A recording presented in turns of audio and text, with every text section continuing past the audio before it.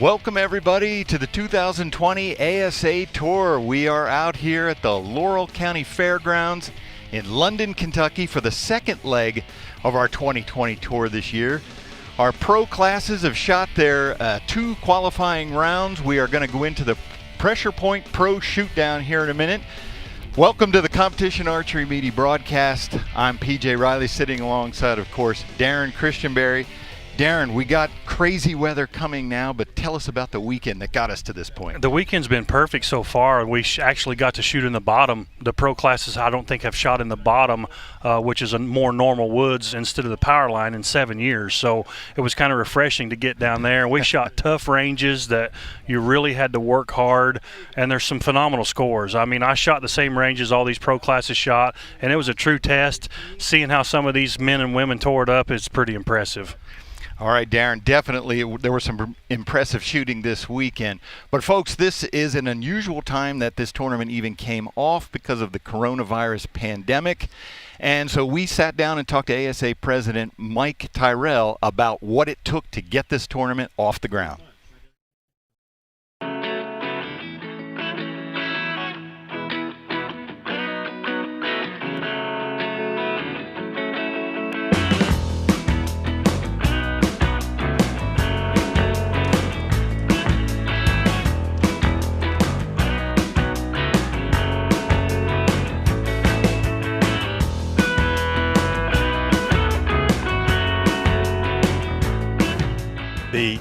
The event is in London, Kentucky. This is the Mathews TRU Ball Pro-Am. It's a new pairing of 2 sponsors. Because of cancellations, they've agreed to sponsor this one together, which was a very nice thing for them to do. So we were happy to be able to come up here, work with the London and Laurel County Health Department, the judge that runs the county, David Westerfield. They all met with us about a month and a half ago. We came up here, went through our proposal of how we would put this event on, the changes we would make in our normal format, the process we would go through, and the concerns they had. Obviously, the mandatory mask was going to be a non-starter because of the fact that we had no way to shoot a bow safely with a mask on. And being outside, they said, okay, well, since you're outside, the only place we might be concerned is in that building. So we've basically eliminated half the sponsor setups in that building. We've opened up some areas. We eliminated the food court area for people to eat. So we've had to make certain concessions, and then everybody has their temperature take when they come on site. Good morning. We were very concerned about that, and today's the first day they're actually been doing it. They seem to be very efficient at what they're doing. It's being done by the local hospital. So that's something we've never dealt with before. Nobody's ever dealt with before. The biggest change that we've done here is something that ASA's really always avoided doing, and that is that we have more open opportunities to shoot. The problem we had was, in order to have the event, we had to guarantee that we would not have more than 4 people on a stake.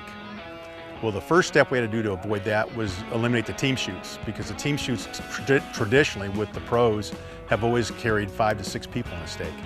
So rather than trying to make that bigger, we said, let's just take that out, and we'll take those times and we'll provide those times for our shooters to come in and allow them to start coming in on Thursday and shooting, Friday shooting, Saturday shooting, Sunday shooting, and spread everybody's participation out. Another reason we did that is that we're also hosting tomorrow morning at 7:30 the Kentucky State S3DA State Championships. They're bringing in probably 250 kids tomorrow morning, some of which are ASA kids. They're going to shoot their ASA rounds at that time. So what we decided we would do is say, okay, come in on Thursday.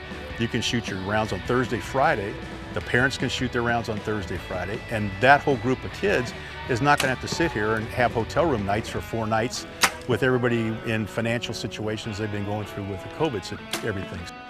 Oh, I think I got it. The other concession that we had to make for the weekend was the fact that we would not have an award ceremony for the amateur classes on Sunday. But we decided that we would still hold the pro shoot down on Saturday afternoon. We're going to do it in that ball field behind me. We're going to do it in the same structures last year, only a little more open. For spectators, there's no bleachers. They have to shoot in their shooting stools and kind of social distance, but we can still have 300, 400, 500 people out there. So that whole process that we've followed forever with our pro classes on Saturday afternoon is going to be intact, and it's going to go off on schedule unless weather changes that. So, and then on Sunday, if you do win, we'll have the award banner set up, the podium will be set up, your plaques will be set out. You can come pick up your plaque. If you have contingency checks from your manufacturers, they can present those, take the pictures they want for their records. We'll take pictures for them. Masks will be strongly encouraged, but not mandatory. We've asked people if they go in the building to really consider wearing a mask in the building for sure. But outside, as long as you're social distancing, the health department's been very good about giving us a little latitude there. In my opinion, obviously this is something that has a risk to it. People are going to have to either accept that risk or not come, and I understand that. And we're doing everything we can to make this as comfortable an environment as we can for everybody. But at the same time, because we're outdoors, because we have a large facility, you're talking about putting, 1,500 people on 300 acres. So it's not like you got everybody jammed together. You can see there's a big, big campus. So because we think we have the ability to keep everybody in groups that are appropriate and shooting at times that are good, and they can come in and go out and not have to go through just the normal crush. We felt by making these changes and kind of redirecting our dynamic that we could do this safely, or as safely as possible, if everybody's conscientious and if they're not healthy, they stay home. That's all we can ask.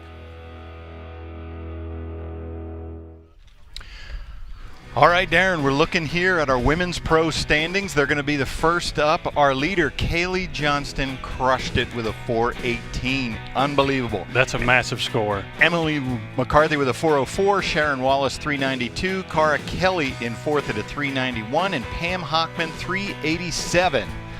So that's some incredible shooting. As we mentioned that, let's go right to senior pro. Tim Gillingham leading off 405, Blake Berger 403, Scott Parrott in third with 402, Harold Koger 400, and Tim Boykin 397. Next up, Open Pro. Levi Morgan is our leader, 428, no surprise there. Shane Bragg 426, Jeff Hopkins 418, Joseph Goza and Jack Wallace also 418s. Tight competition there. In our known pro, Justin Hanna crushed it at a 442. Not far behind him, Robert Householder at a 440. Kyle Douglas, 2020 Vegas champ, 440. Brady Hemp in 438. And Donnie Thacker at a 436. So Darren, we got some incredible shooting out there.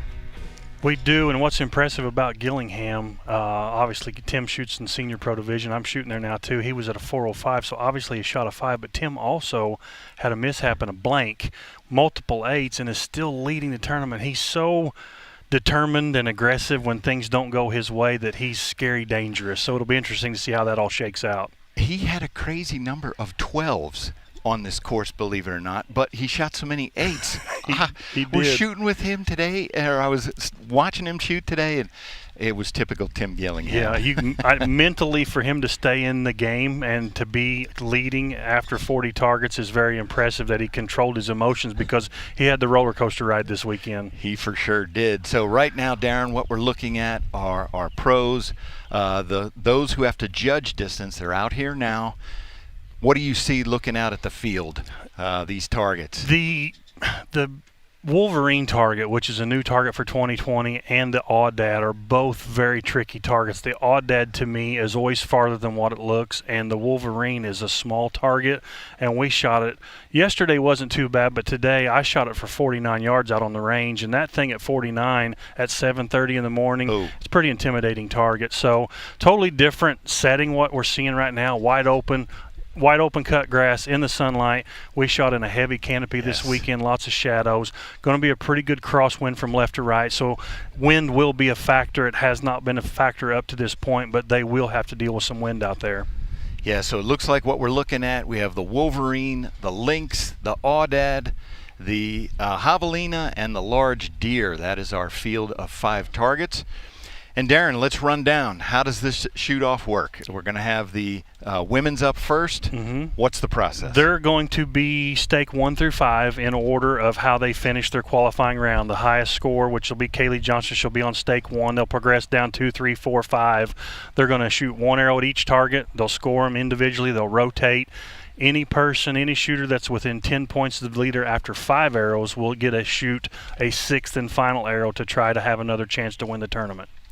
Absolutely. And we should mention here, as we're talking about judging, they don't know how far these targets are. They're guessing, and a lot of them have honed that skill to where they know how far they are, or they're confident enough when they set their sight. But yeah, judging is definitely tricky. Like I said, they're gonna base all these targets off their very first arrow they shoot. So they're hoping they're calibrated after the first arrow.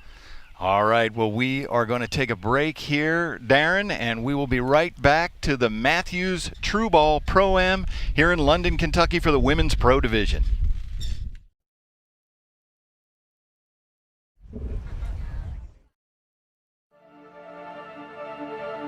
That's a good feeling to know I can make this bow do whatever I want it to do and it will react. This thing is just so much more stable, and it just controls an arrow so well. Coolest part about it is all you need is a Torx wrench and a couple of Allen wrenches, and you can just stand there on the line. You don't have to run and put it in the press and move those shims. This is a dream to work with right now.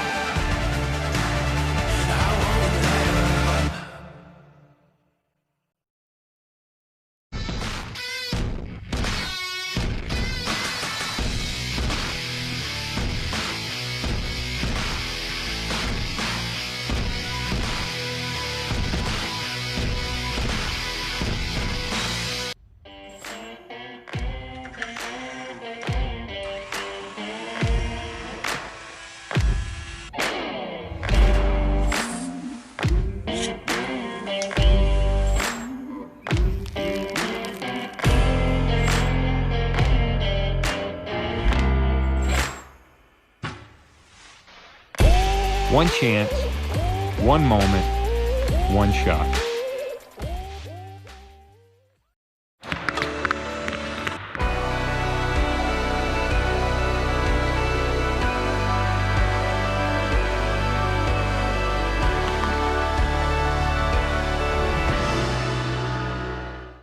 Announcing the new patent-pending Carboflex Stabilizers. A biocomposite blend of carbon and flax. Flax plant yields a natural fiber with very advanced properties. Flax offers 3 times the vibration dampening of glass and 20% more than carbon. Natural composites are up to 15% lower weight than carbon fiber. TRU Ball Excel. We make archery better.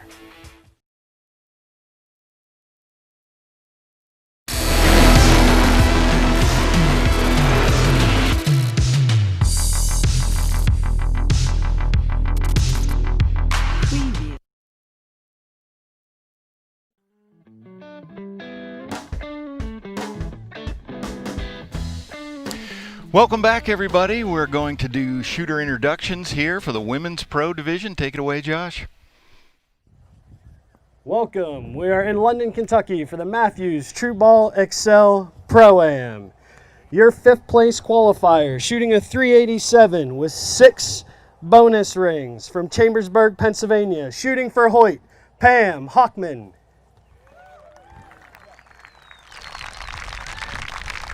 Your 4th place qualifier, shooting a 391 with 9 bonus rings from Lake Pierre, Michigan. Shooting for Mathews, Cara Kelly. Your 3rd place qualifier, shooting a 392 with 8 bonus rings from Townville, South Carolina. Shooting for PSE, Sharon Wallace.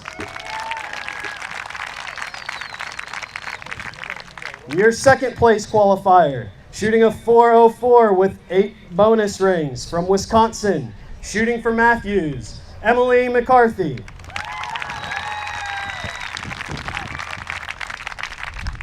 And your top qualifier for the Women's Pro Division, shooting a 418 with 10 bonus rings from Dublin, Georgia. Shooting for Mathews, Kayla Johnston.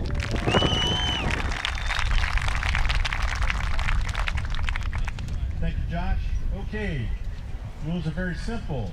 If you want to All right, Darren, so we're going to go up here, and this wind is kicking now. It is. Just a touch real quick on Kaylee's score when you do the math on that. She shot a 418 with 10 bonus rings, so she shot 20 up with 1.8 to give her a net score of 418. On the courses we shot, that is such an impressive round to get through 40 targets and only leaving the 10 ring one time. So hats off to Kaylee. She's got a massive lead right here, so the wind is going to be a factor. She could literally shoot 8s on every target and probably still win. These girls are going to have to hit bonus rings to try to catch her. All right, we got our first shot coming here. We should note here that her score would have been third best in the men's pro category, and they shot the same course. Same courses, yeah. Kaylee's shooting so good, and it's impressive to see that. And again, to only shooting 1.8, that just, man, my hat's off to her. Pam Hockman coming to full draw. Pam's shooting a little bigger diameter arrow, so that she could get some wind drift with those. Smaller arrows will be advantage to the shooter right now. Less wind drift. She's shaking there pretty good. She's 14 she went for hunting. the 14 on that. Okay, first up on target 1, our leader, Kayla Johnston. Kaylee's not going to let up, is she? Kayla Johnston on target 1. We have a 10. We got a 10 from our caller Don out there, Don Bailey. Oh, I was looking at the javelina. Boots. Where's my scoreboard? On target 2 for Emily. And the Wolverine with an upper 12 Emily's just a tad low. That's such a tough target right there. 8 for Emily. 8 for Emily. That thing's in foul on that territory, Wolverine, if I can hey. tell. There's the shot I was looking at earlier. Yes. Somebody smashed that 12 right there. Sharon Wallace. That's Sharon. Sharon Wallace. She got nothing to lose. You know she's going to come out swinging Yeah, for they it. need to hit bonus rings to make a move on Kaylee. There it is. For Sharon Wallace. Kelly holding on to that lead over Carr Kelly. That Audad's a tricky target too. Yeah. Kelly. That looks like a 10 there for Carr. A 10 yes. for Carr Kelly. 10. And for Pam Hockman. And Pam went 14 hunting. I don't know if she got it yet. I haven't seen a good look from the camera yet, but good look at Pam there. She went after it. But just off for an 8. Just off for an 8. Hey Don, that 8's upside down. 8's upside down there. So, no big real movers there. The 12 will help Now, Sharon. yep. Kaylee holds on to it. That 10, that's basically like par. So she holds it at 428. She's going to have there. Did you guys have fun this weekend? Emily in second at a 412. Should have Sharon Wallace at a 404. 402, We're okay? happy to be able to do this again. All right, Pam, you ready? And Pam Hockman. All right, we'll start the upper 12 on the javelina. And we'll start the clock now.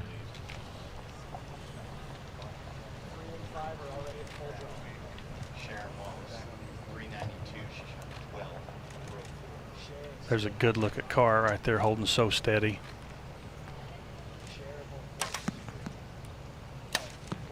Good strong shot. Just over that 12.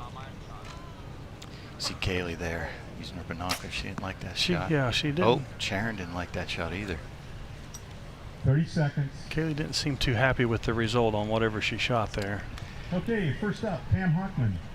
Pam Hockman on the links. Currently Still hunting those 14s. Yep. She's got nowhere to go but up, so she might as well shoot at them. An 8 correctly held by Don Bailey that time.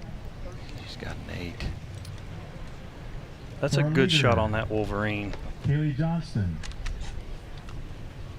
10 for Kayla Johnston. She didn't seem too happy about it, but that's fantastic. Hey, absolutely. And it won't be possible to catch her. Hello, Emily. How do we do? Looks like a center 10 there from Emily on the Let's see hobble. what the code says it is. It might surprise you. Nah, no surprise. 10 for Emily. So far, it doesn't seem like the wind's too much of a factor. I don't know how long these targets are, but they're not getting a lot of left and right drift, which I'm surprised. For Sharon Wallace on the Audad. Just high on that Audad there. 8 for Sharon. 10 for Carr Kelly. Carr made a good strong shot there on that deer. Hit just above the 12 for a 10. 10 for Carr. Center All right, 10. ladies, we've moved to our next targets. Kaylee's doing what she has to do. Keep them in the 10 Yeah. ring, make no mistakes, and she can cruise to victory. Absolutely. Carr Kelly at 421. I'm sorry, 411. Sharon Wallace at 410. And Pam Hoffman at 403. If Kaylee does continue the pace she's on, we won't see a 6th arrow for the women. Except me. All right, I'm done.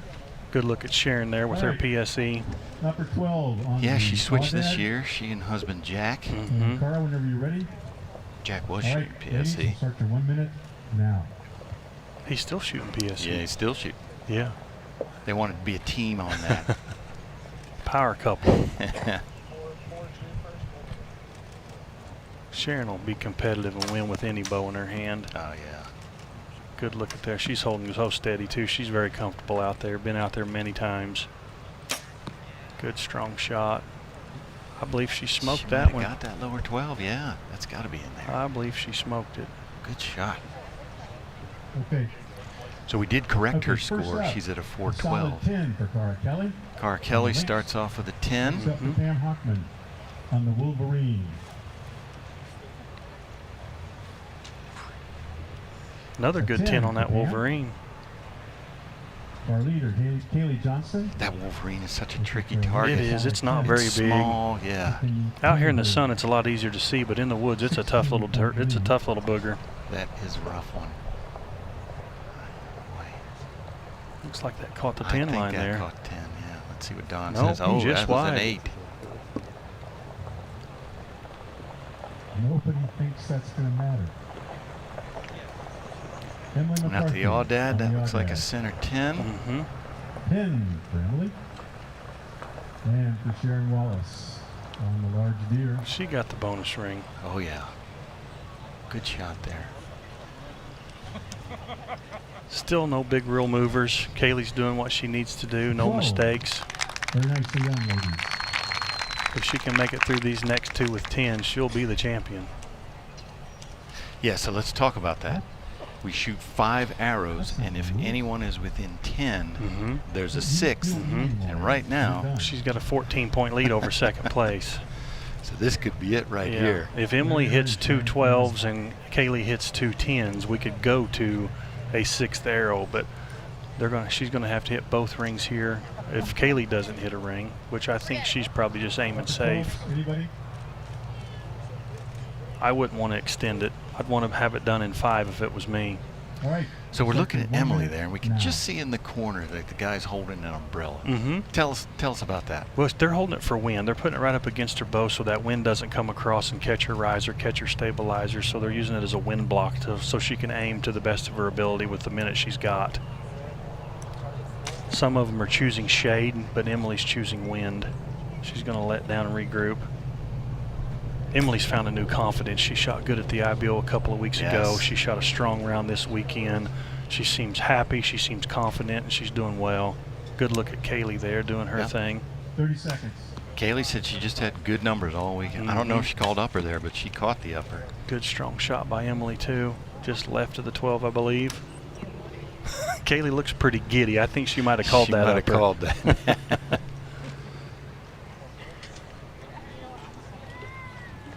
See what our Don Bailey says on the links. That is a 10. And who do we got shooting? I think the it's 10? Sharon. 10 for Sharon Wallace. Yeah, Sharon 10 for Wallace Sharon there. Wallace, Yeah. okay. Moves her to 4. For Carr Kelly, 34. Wolverine. Now we're coming to Cara. Everybody's hitting that Wolverine really good. And they're not 12 in it, but that's For Carr Kelly, we have a solid 10. a 10. 10's a very good score on that little target. Javelina.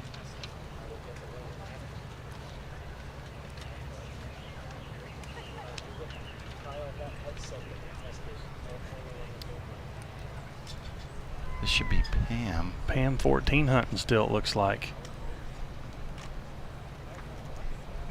And I think she got it. Yes. Good That's for such her. a tiny ring on that Javelina too. That's a great shot. That last arrow. She not only judged it perfect, she shot it Within perfect. 10 points of our leader. We're going to a 6th and final arrow if necessary. Now we're going to Right come now, with a solid That's 10. Kaylee, so she did not call that upper. Okay, 10.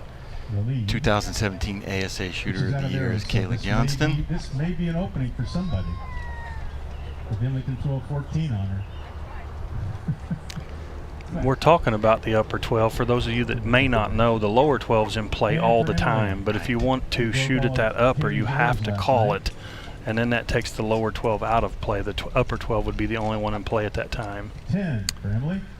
She takes a 10 there. So after 4 arrows, going to the last arrow, our leader, Kayla Johnston at 456, Emily McCarthy at 432. Kaylee has a 14-point lead. Sharon Wallace at 434. Sharon Wallace? At 431. And Pam Hoffman at 427. Sharon Wallace moved up into third place, so that's a good move for her. So Cara, with being 3 points behind, if she wants to try to get on the podium, she's going to need a 14 to do it right here. Yeah. Let me know when you're ready. Sharon 10s it and Cara 14s it. She would take the lead over. She would take a third place lead by 1 point. So this is a big arrow for Cara here, and I think she's on the javelina, I believe. See Kaylee there. Everyone else is at full draw. She's taking her time on this one. Mm-hmm.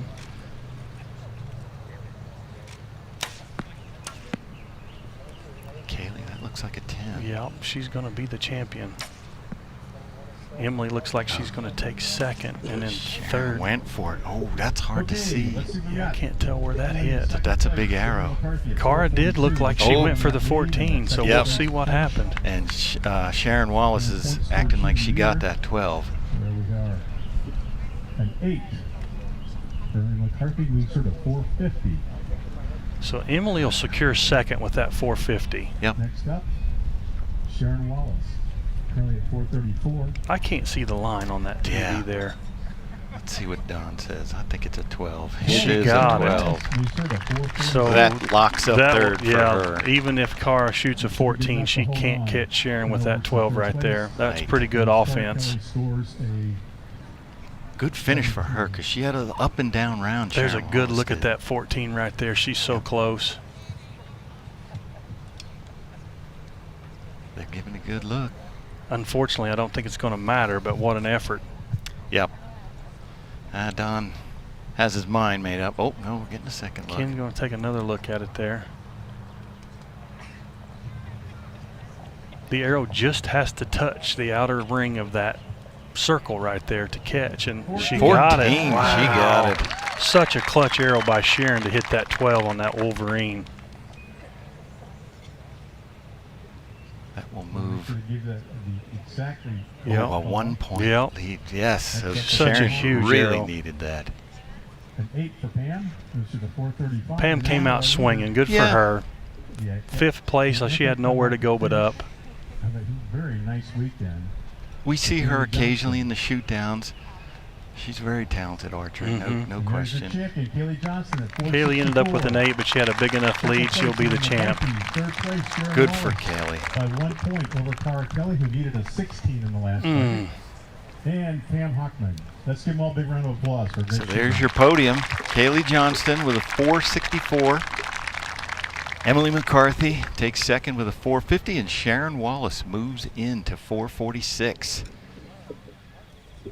So that's some good shooting there. As we mentioned, Kaylee all weekend, she said she just had the numbers. Yeah. She just couldn't miss. Again, her score only shooting 1.8, and I think we'll talk to her about that here in a second. Just that's an impressive round for as difficult as I found those ranges to be, for her to only leave the 10 ring one time is super impressive. Oh yeah, here she's walking over to the mic. And I believe we are going to ask her. Kaylee, can you hear us? Hey, congratulations. Tell us about that shoot down first. We'll get to the weekend after that. Oh, you know, I just went in there trying to shoot some 10s, but obviously I was over judging everything.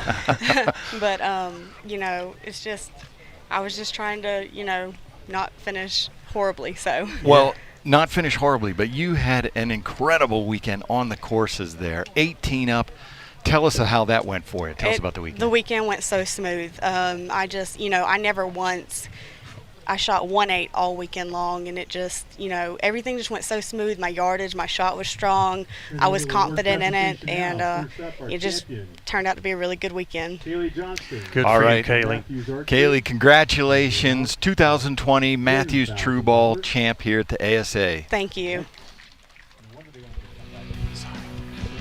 All right, we are going to go to break now, and we will be right back with the Senior Pro Division here at the Mathews True Ball Pro-Am from London, Kentucky. Sorry. That's okay.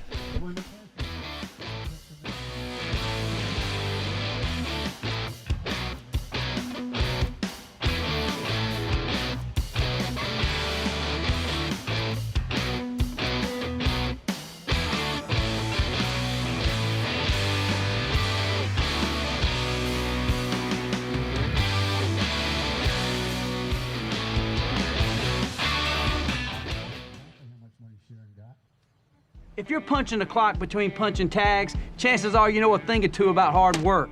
Because when you put in the time, you better get your money's worth. Boom! A new Hoyt Nitrix. This thing is tough as nails, and at 4.1 pounds, it's lighter than most Chihuahuas. And oh yeah, it also slings in air at 333 feet per second. It never gives an inch. It'll go against anything, Cape buffalo, white-tailed deer, elk, or snapping turtle, it don't matter. You want a bow you can drag through the mud and trust in your tree stand come bow season? This is your freezer filling, tag punching, season saving, all around go-to bow. And only your Hoyt dealers got it. This is the Hoyt Nitrix.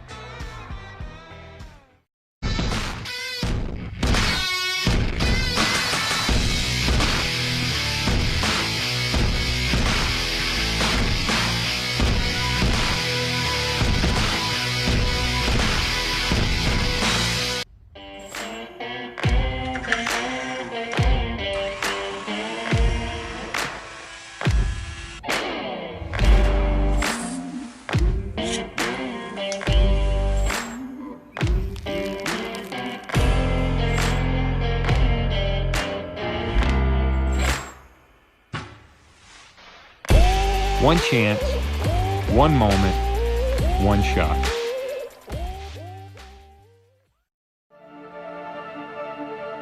That's a good feeling to know I can make this bow do whatever I want it to do and it will react.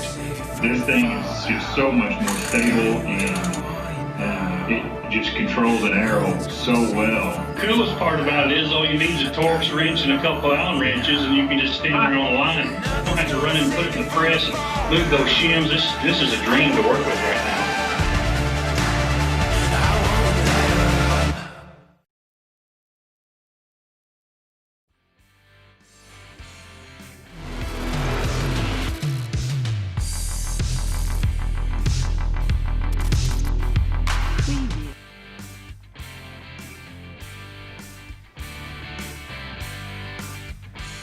Welcome back, everybody. We are going to get things started now with the Senior Pro Division here in London, Kentucky. Take it away, Josh.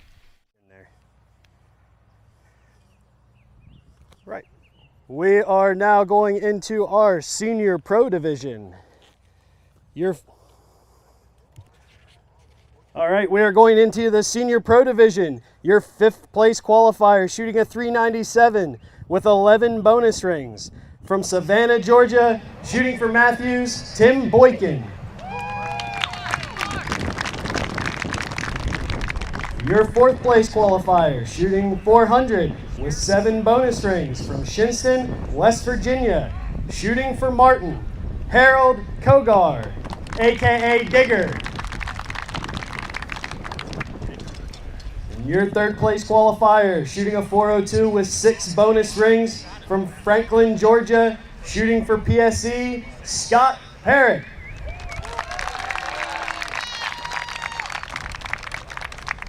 Your 2nd place qualifier, shooting a 403 with 9 bonus rings. From Columbus, Georgia, shooting for Martin, Blake Barger. And your 1st place qualifier in the Senior Pro Division with a 405 and 15 bonus rings. From Provo, Utah, shooting for Bowtech, Tim Gillingham.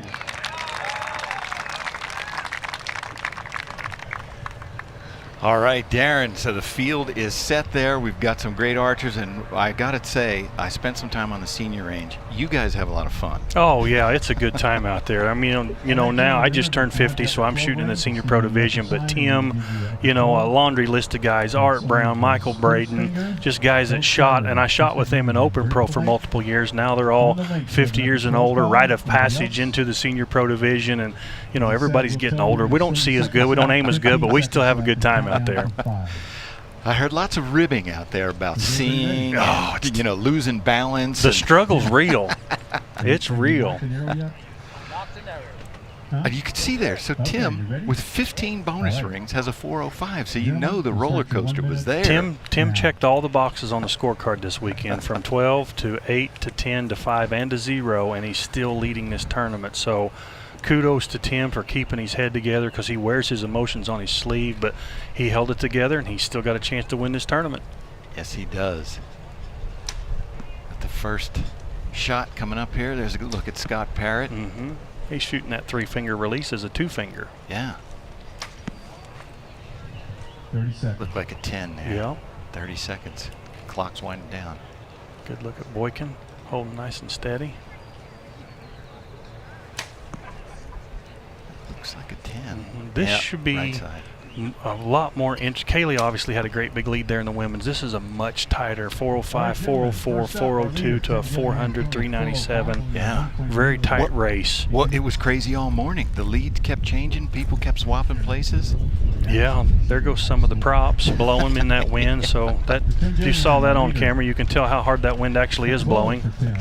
There's a 12 for that Tim. Yeah, he started off. He's going to mash the gas. Oh, look there. There's that wind. Oh, yeah. Caught up with Blake.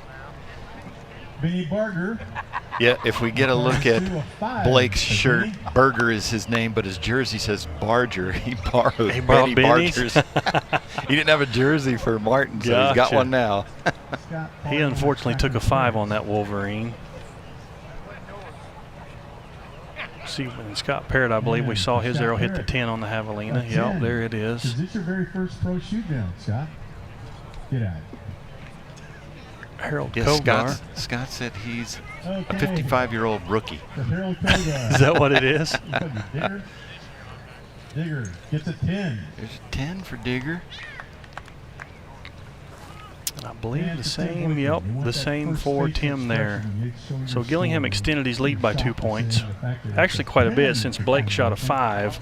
Tim now has a 5-point lead over Scott Parrott. Parrott jumps into second.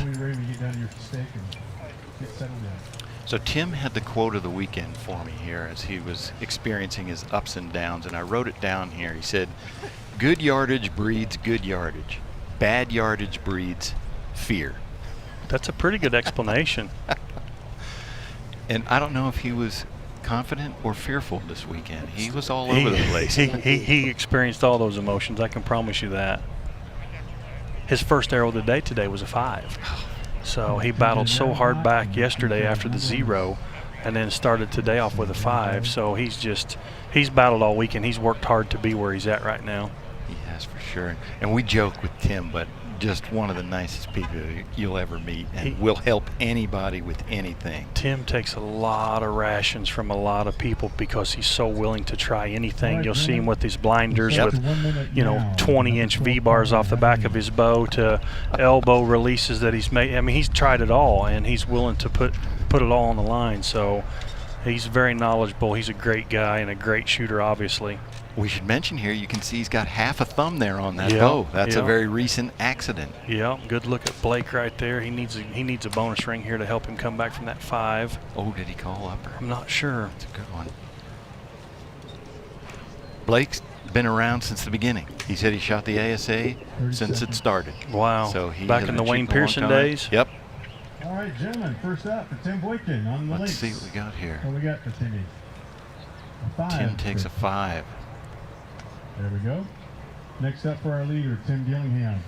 Here's this Wolverine that gives everybody fits. He looks like he shot center 10 and smoked center 10. Yeah. That's a good play right there. Dangerous target. Yeah, it's out there.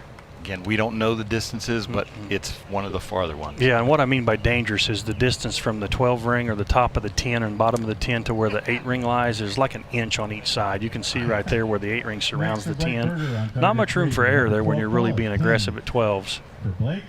So it looks like Blake did not call that. Oh, he did call the upper. All right. Make that a 12. He got a 12. That's a good comeback after 5 in that. Yep. Wolverine. Moves him to 420. Kill me now, guys.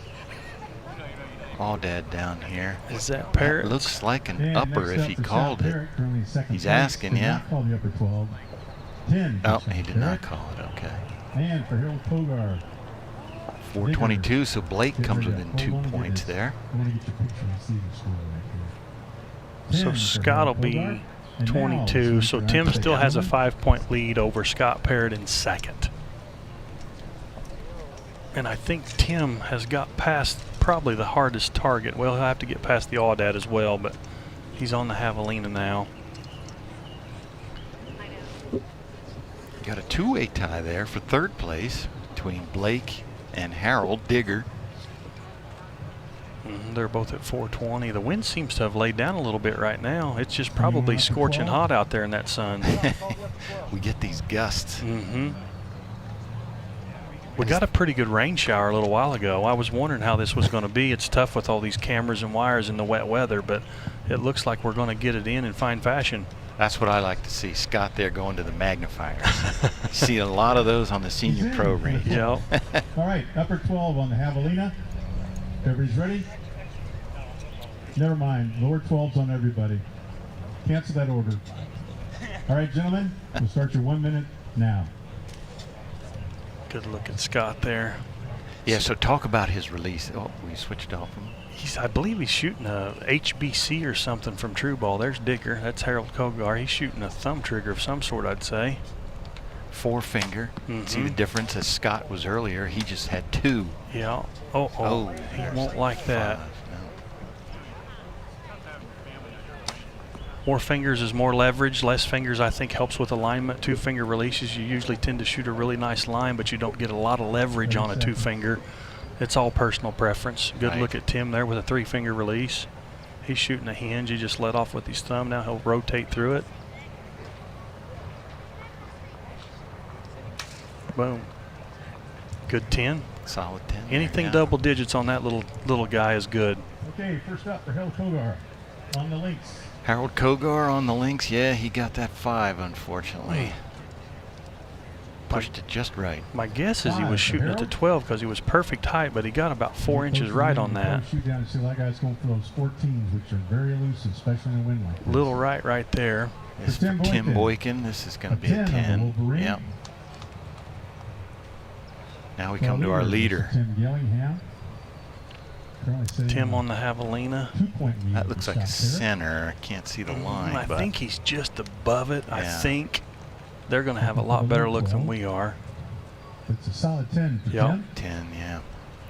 Moves him to 437. He's doing what he needs to do. It looks like we'll see a 6th arrow here, and that can be interesting when the scores are close. Yes.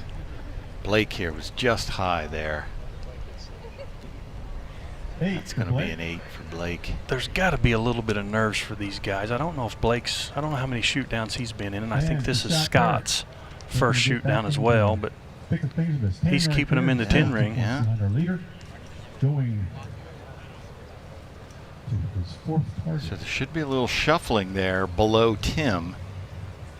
Anybody within 10 we get, points of our lead yep, after the Scott. 5th arrow goes into the 6th and He final extended arrow. his lead there a little Any ties bit. for first or any other places can be broken by bonus Of course, Blake serves. came in second place, and now Scott has moved up over him with a 432. Yeah. Tim Gillingham maintaining a 5-point lead. You got to imagine Tim's going to start feeling uncomfortable with that and start shooting for some of those 12s. Tim Gillingham?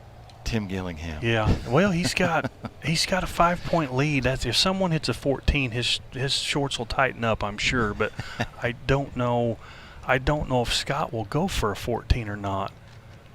The links would be the target to do it on, and that's where he's at right now. So if Scott Parrott really wants to try to win, he needs to 14 this target. Meanwhile, Tim is on the longest target, the Aoudad. We'll start your 1 minute. We should mention usually the max distance for this class is 50 yards. You get a little wiggle room to 51. We don't know how far that is, but Tim needs to hit a 10 at least right here, just to he can control as long as he doesn't give anything up, and he did. He shot a good 10. Yeah, right in the center. He can't afford to go backwards here. Make these go. Oh, he did go after that 14. Scott was listening. Here's Tim again. Okay. We have an upper 12 That ball. is. They may have all went ring hunting that time. Scott Parrott currently in second place, 2 points behind our leader. On the links. So Scott Parrott on the links, he went for that 14, came up with an 8. That's going to move him to a 440. Podium is not decided yet. All right, for Harold Kogar on the Wolverine, we got a Digger solid 10. takes a 10. Moves him to 435. Now we come up to Tim Boykin. I think he went at the 14 here, just low. Pulls an 8. That's going to move him to 430. It's hard to tell with that wind coming across there. That was 12 ring height, but 14 width, I guess you could say. And there's Tim, our leader, 447. I think Tim will bear down and try to 12 this last target here to extend his lead. He should have a good look at that. It's a big target. He knows that target well. Good 12 there. Oh, all right. For Blake. Yeah, Tim he won't give anything up. I don't think he'll shoot super aggressive to where he could go out the bottom. Right. But I think he'll really try to extend his lead here. Meanwhile, Blake Barger, I keep calling him Barger because of his jersey, Benny Barger. Blake Berger, he now pulled into a tie for second place with Scott Parrott. Yeah. So back up to second. He's actually got second because, no, that's last arrow. I don't know where they're at on bonus rings, but bonus rings will break a tie in second, third, fourth, fifth place, but bonus rings won't break a tie, I believe, on the first place tie. it looks like Blake should have the gap. He should have a pretty good gap on bonus rings. He had 9 coming in and he shot 2 versus Scott only had 6 coming in. Tim's calling upper on this deer. He's going to ensure he doesn't shoot an 8 low. If he shoots a 10 and no one else shoots a bonus ring, he'll take a 7-point lead into the final arrow, and that's a pretty big lead for 1 arrow to go. He'll be pretty confident with that. Tim had LASIK surgery and he wears those blinders. He says he can see really well, but he gets a little like starburst kind of view, and the blinder is meant to help him with that. And of course, it's homemade because it's and Tim. He's shooting a bow that won't go to his draw length, so you can see that 2 or 3 inch loop that he's got there. He may have 12 that target. Now Blake there let down.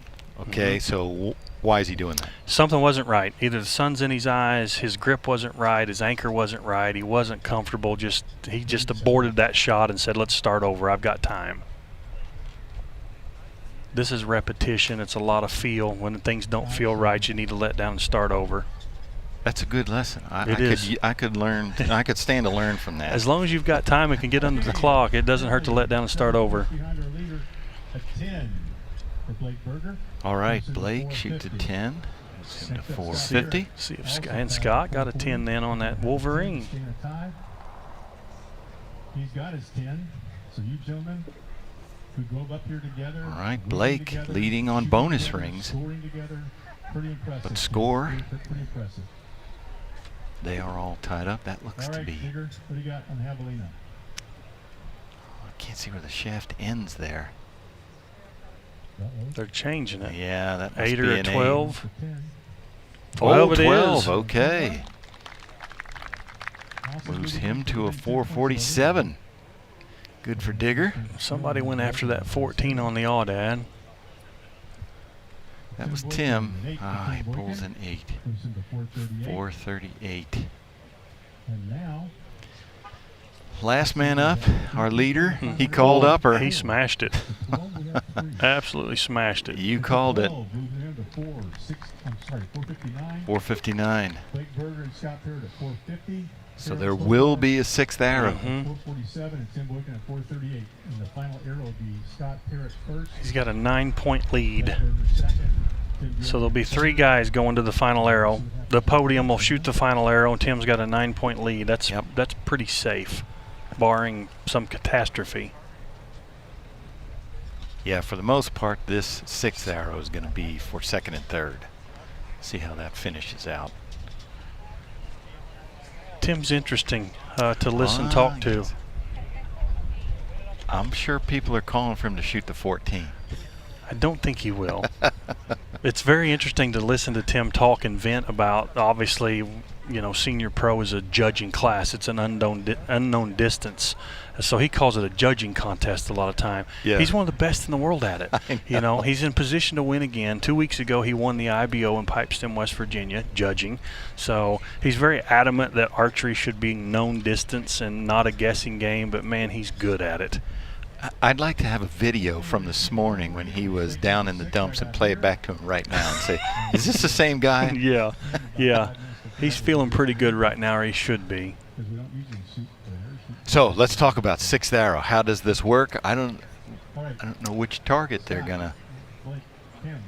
Tell us how the sixth target works. Well, sometimes they'll bring out a sixth target, and if they don't do that, they'll set a sixth stake, which they have, and then they'll pick a target that they've already shot at a different angle, so they do have to judge it and get a fresh distance on it. But I see a bless buck laying on the back, way against the fence. There it is.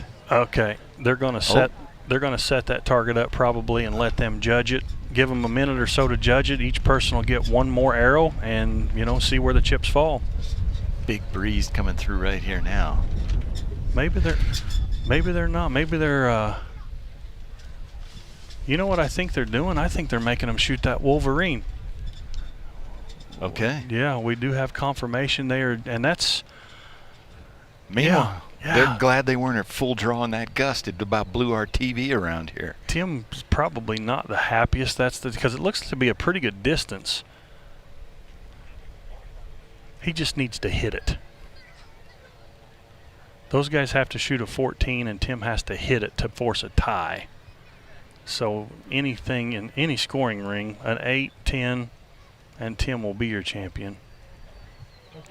Even if those guys 14 it. So we should mention here, you talked about it a little bit, Tim shoots a V-bar. He's the only one out there doing that right now.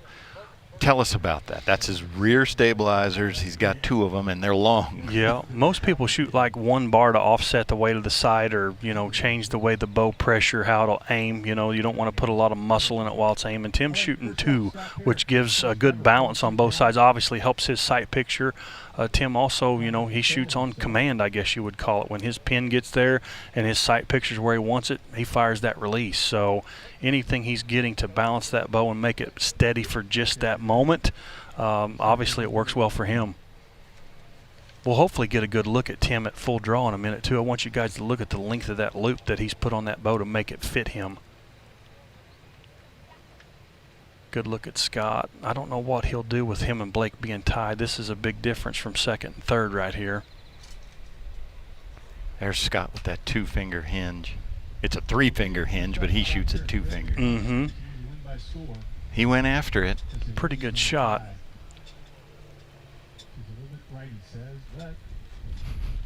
A 10 will be good. Yeah. 10. All right, so Blake knows. Blake's leading on bonus rings, so all he has to do is match him. Yeah, if he shoots a 10, Blake will take second. Tim will just have to hit the target to win.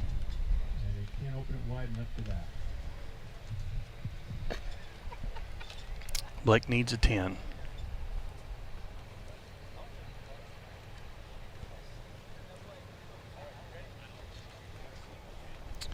Blake works full-time. He manages some property down there in Georgia. Farm manager, he said. He said he started out shooting, and then life happened, and he was away for a while, raised a family, now he's back to it. He's got a fairly young child, I believe.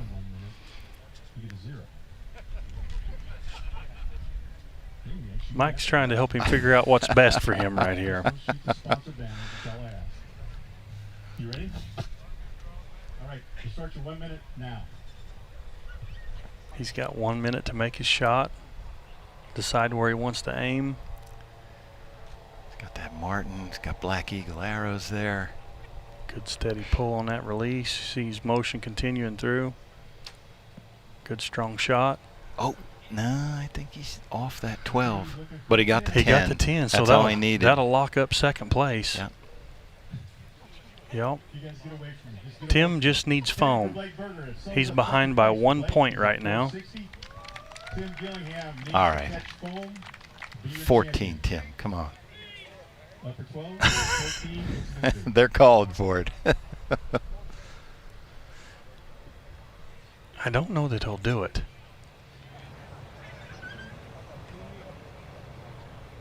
No sense in being a hero, Tim. Cash those checks. Shoot that thing center of the plug and cash those checks.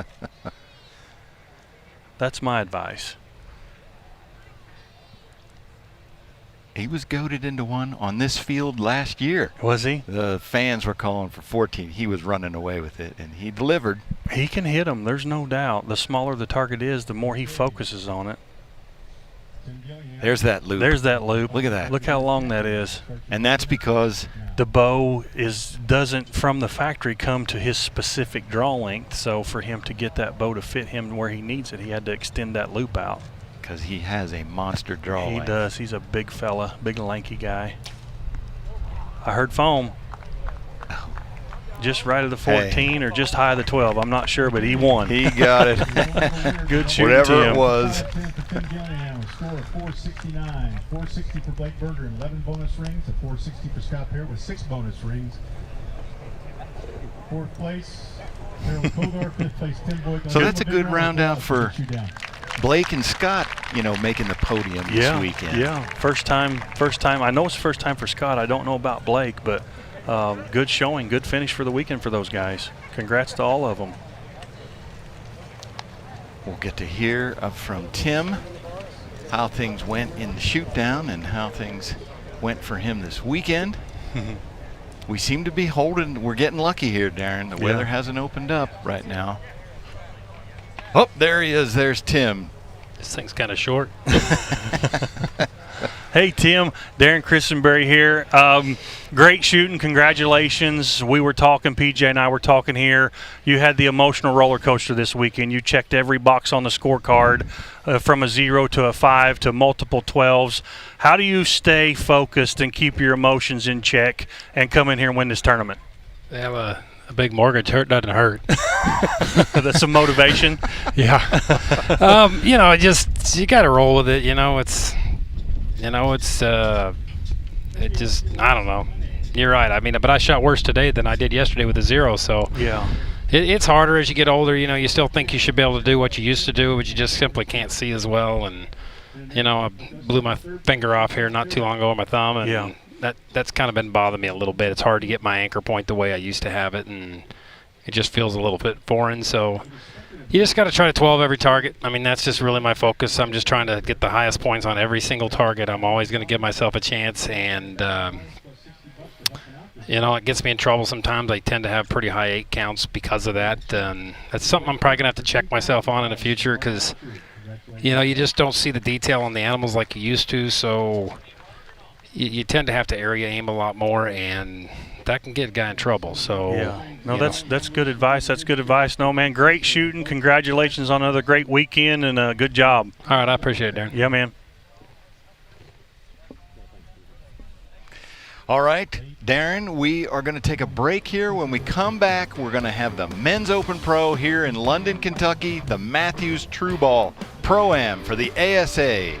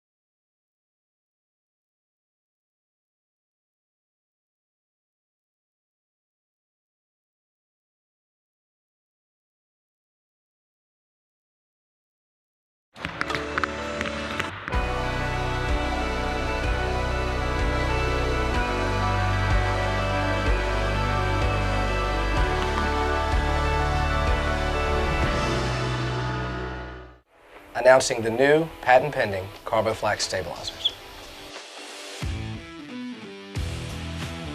A biocomposite blend of carbon and flax. Flax plant yields a natural fiber with very advanced properties. Flax offers 3 times the vibration dampening of glass and 20% more than carbon. Natural composites are up to 15% lower weight than carbon fiber. TRU Ball Excel. We make archery better.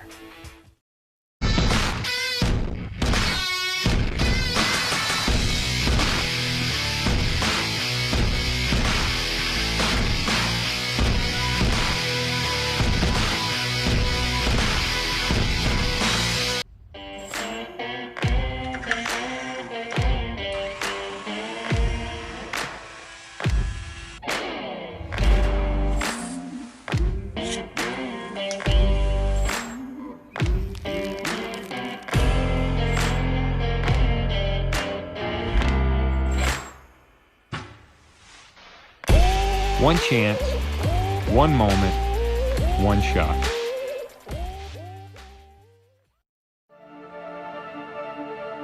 That's a good feeling to know I can make this bow do whatever I want it to do and it will react. This thing is just so much more stable, and it just controls an arrow so well. Coolest part about it is all you need is a Torx wrench and a couple of Allen wrenches, and you can just stand there on the line. You don't have to run and put it in the press and move those shims. This is a dream to work with right now.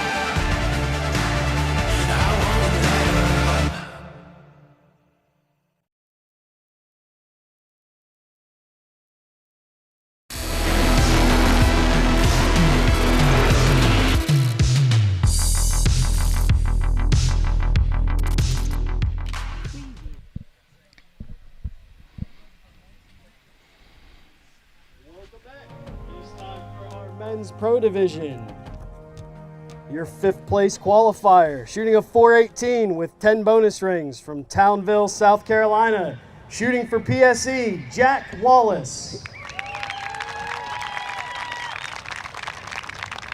Our 4th place qualifier, shooting a 418 with 14 bonus rings from Hennegar, Alabama. Shooting for Martin, Joseph Goza. Our 3rd place qualifier, shooting a 418 with 15 bonus rings from Lacona, Iowa. Shooting for Martin Archery, Jeff Hopkins. Our 2nd place qualifier, shooting a 426 with 15 bonus rings from Belleville, Michigan. Shooting for Prime, Shane Bragg. And our number 1 qualifier in the Men's Pro Division, shooting a 428 with 18 bonus rings from Uniontown, Pennsylvania. Shooting for Mathews Archery, Levi Morgan.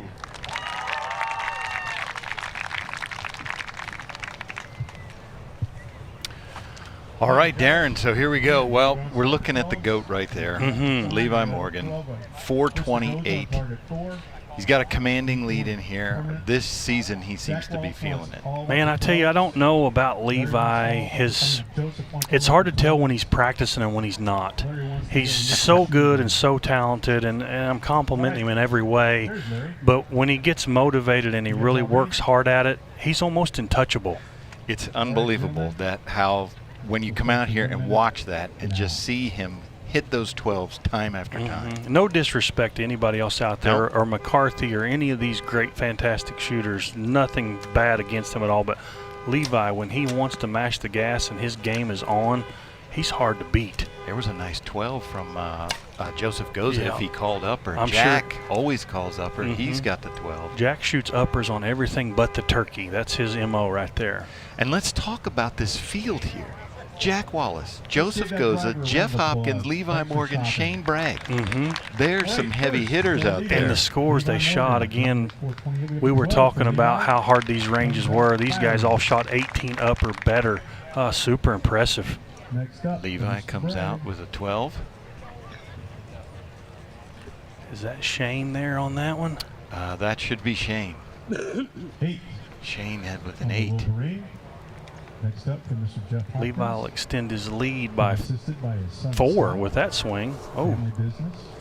Did Hopkins shoot the 14 on that javelina? Most certainly did.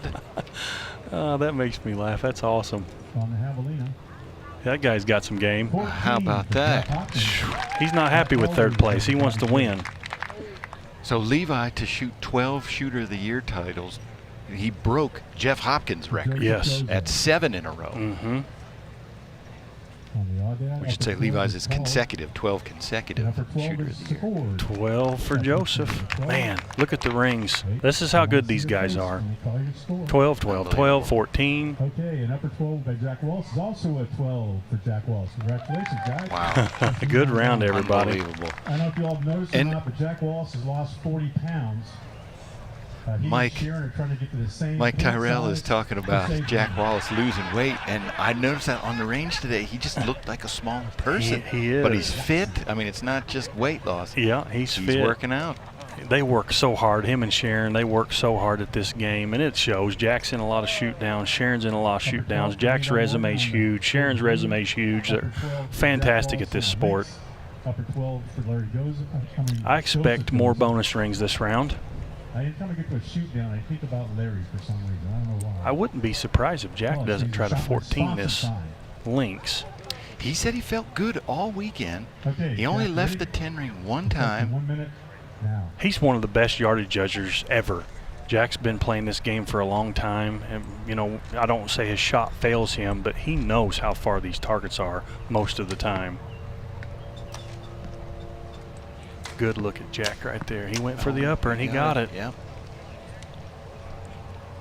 He's not backing off. No, he didn't need the 14 yet, I guess, but that would be the one to go at, I think. That's a solid 12. Yeah, got it. There he goes. Moves him to 442. So Levi's on the tough target. He got a good 10. Oh, yeah. Keep him at 450. Don't back up. It'll be the important thing for Levi. Make those guys come get him. Look at that. That target's not that easy. Unbelievable. So this is going to be Shane. This is Shane, yeah. This is Shane. He shot an 8 on the Wolverine and backed it up with the 14, so he's plus points. 14. He got it. Very good. Bravo, guys. That's not that easy of a target. Shane is shooting for Prime. This is his first year as a Prime Pro. He's shooting that Prime Black 9, and he says it's a shooter. Seems to be working for him. Hopkins get another 14. Are you kidding me? On the longest target out there. He's been practicing, huh? He's gained 8 points in 2 targets. That is incredible. So he's only 4 points behind 4 Levi points now. out. This is crazy. All right, let's look at our board real quick and see what we got. Never mind, I can't see it. Joseph goes Did out. Joseph, I believe hit it. He 14'd as well. Wow. First, Levi Morgan at 450. There's been a lot. I think that's 7 or 8 out of 10 arrows that have been shot or have been bonus rings right now. We're at a 70 or 80% rate right now. Within 8 points the leader. Very good. So Levi's got to be feeling that a little bit. These guys are coming hot and heavy. On target 1, upper 12 on target 2. He's got to be thinking, boy, I'm making good shots. Man, these guys are making great Well, shots. he's going to have to hit at least 12s to maintain his pace. Just shooting 10s while they're hitting rings, his lead will disappear pretty quick. Good look at Jeff right there. He's shooting the close one. It's the deer. The deer. He may go at the 14 again. There's a big arrow hole in the 14. He's holding good on it. Barely moving, yeah. Oh. Deep breath, recheck. Plenty of time. If he hits this one, it'll be game on. If he can see it, there is a good arrow hole for him to aim at in that 14. That fired quick. Oh, and it went out He may have changed. If he couldn't hold on that 14, he may have changed to go down to the lower 12 on his second draw. He went too low there. But he caught an 8. Yeah. 14 ring in play, and a few of those are flying around here now. For Joseph goes up. First So up. Joseph went for the 14 again. Looks just wide. Yeah. Yeah. 8 for Joseph. That would have been big if he'd have hit that. The 14 was looking for.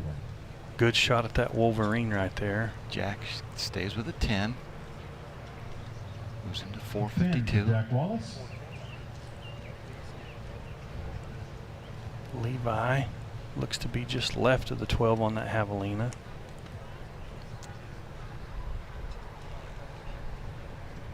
We're Everybody's holding it together. A 10 for Levi Morgan. Nobody hit a 14 there to add extra pressure to Levi there, so no. He can take a little bit of a breath. 10 for Shane Bragg on the odd dad. A 12 here with movement 5 with Levi Morgan. That's a 10 for him. 10. Oh, he didn't call upper on that. Yeah, he's just 2 points. Levi's just 2 points ahead of Shane after he 14'd that javelina. Yeah. Jeff's going to take an 8 and back up 2 points here. 8 for Jeff Hopkins. Moving slightly behind now, but still within 10 points. So Levi's got a 2-point lead. 2-point lead over Shane. And then Goza and Jack are 6 points behind Shane. No, Hopkins is 4 points behind Shane in third, and then Joseph and Jack are 2 points behind Jeff, tied for fourth. Shane's best finishes are 2 fourth places in this division, so if he can hold on, he's definitely, in position to have this be his best finish. That new prime's working for him, isn't it? And Shane's 2 always, points out. He's always been a really good IBO shooter, but he's really come on as an ASA shooter, and he was only 2 points behind Levi. I mean, when you can hang with that guy, you've got some game.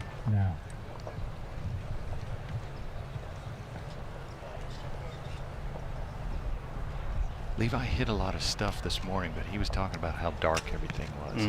He said nobody practices to shoot in the dark. No, that's right. I shoot it in a big wide open yard where all the targets are lit up with sun. There's no problem seeing anything, no shadows. It's kind of crazy. That's actually a good point. Why don't I practice like I'm going to shoot? Already first up, Jeff Hopkins on the links.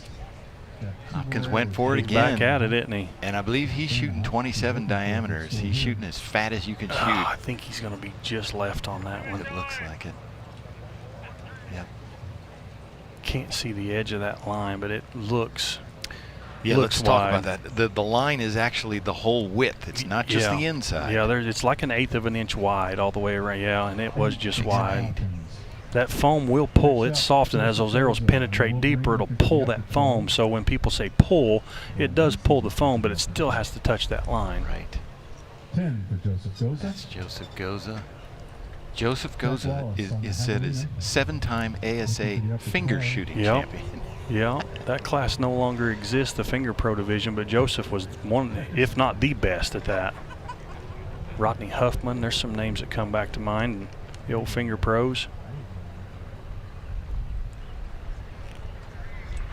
10 for Jack. 10 for Jack. He just missed that. They came in with a so flurry. Guess what? We're right back. Yeah. Big gust of wind right there. Yeah. They're glad they're not at full draw right now, I'm sure. We shook it back to exactly where everybody was before. See who's going to be within 10 points of our leader. And for Shane Bragg, we've got a 12 for Shane Bragg. That'll time up. Now, so we're at the 5th arrow, and they're tied. So it did change a little bit. Yes, it did. Right now, everybody. Shane Bragg coming at him. Levi's on a fairly easy target. Shane's on a fairly easy target. At 470, and 3 gentlemen tied at 462. I don't think. Do you think Levi's looking at that 14? I don't think so. With still another arrow to go, if this was the final shot, I think he might try to win it right here. But I honestly think he'll try to 12 it and let Shane try to 12 or 14 the links. But I really think Levi's got 12 on his brain right here, 1 minute now. because he knows there's another arrow to go. There's Jeff's already at full draw.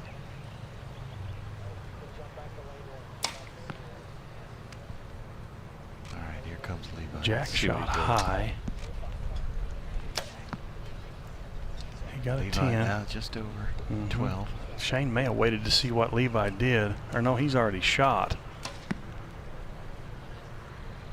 Shane may have took the lead right there. Joseph just gave a fist bump. Okay, next the first. Not sure which target he was on. Shane Bragg currently tied the first at 470 for Shane. He did get a 12. So Shane's got a 2-point lead right now. Wow. And we're going up against the shooter of the year. Uh-oh. Pressure. That's Jeff there. He must have went 14 hunting on that little booger.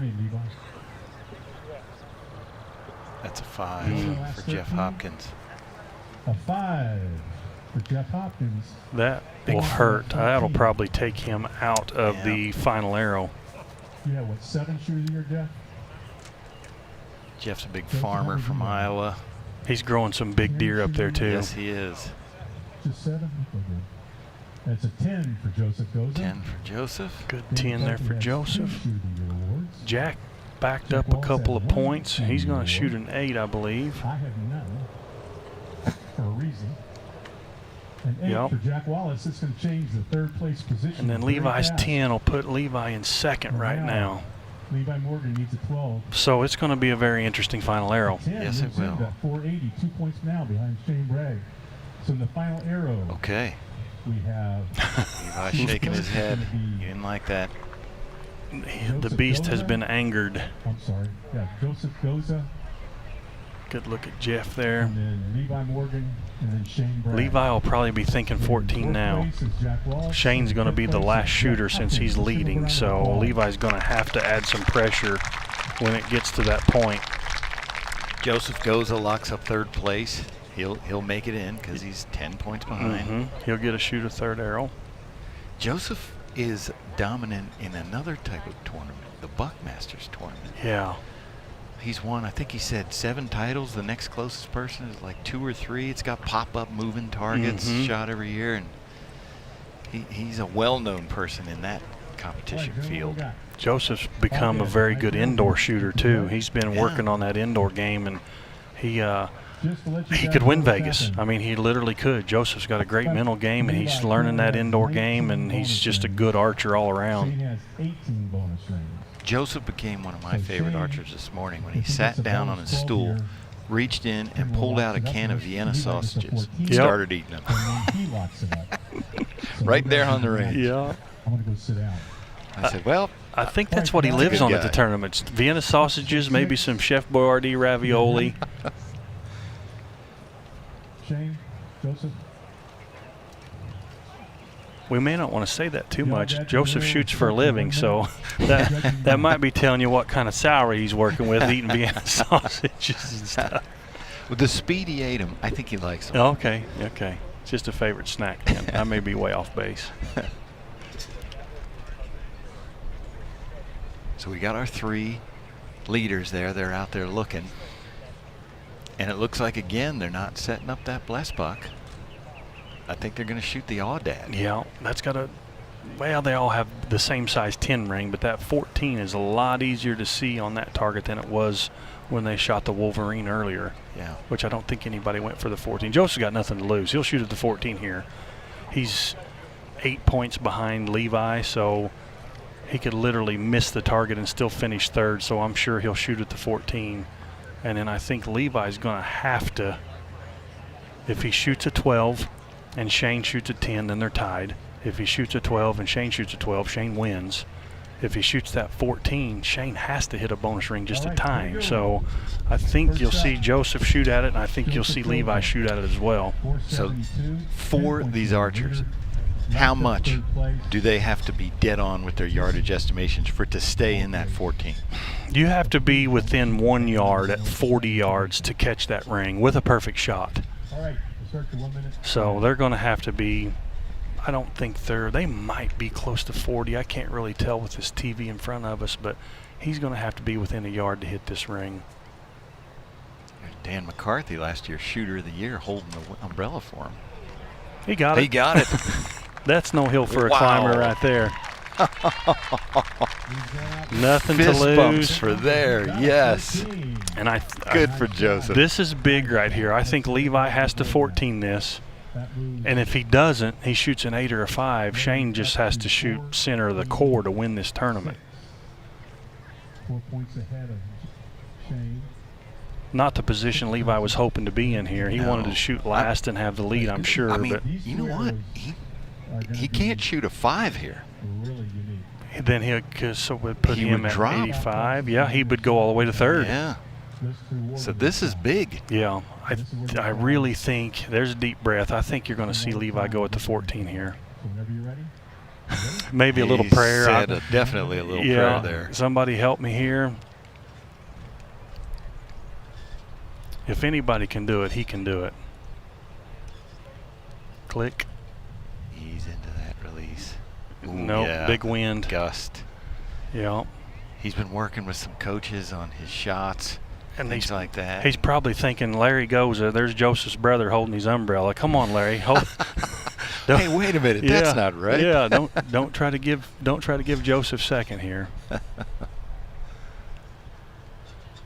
his fingers shaking there. Little nerves. This is what he lives for right here.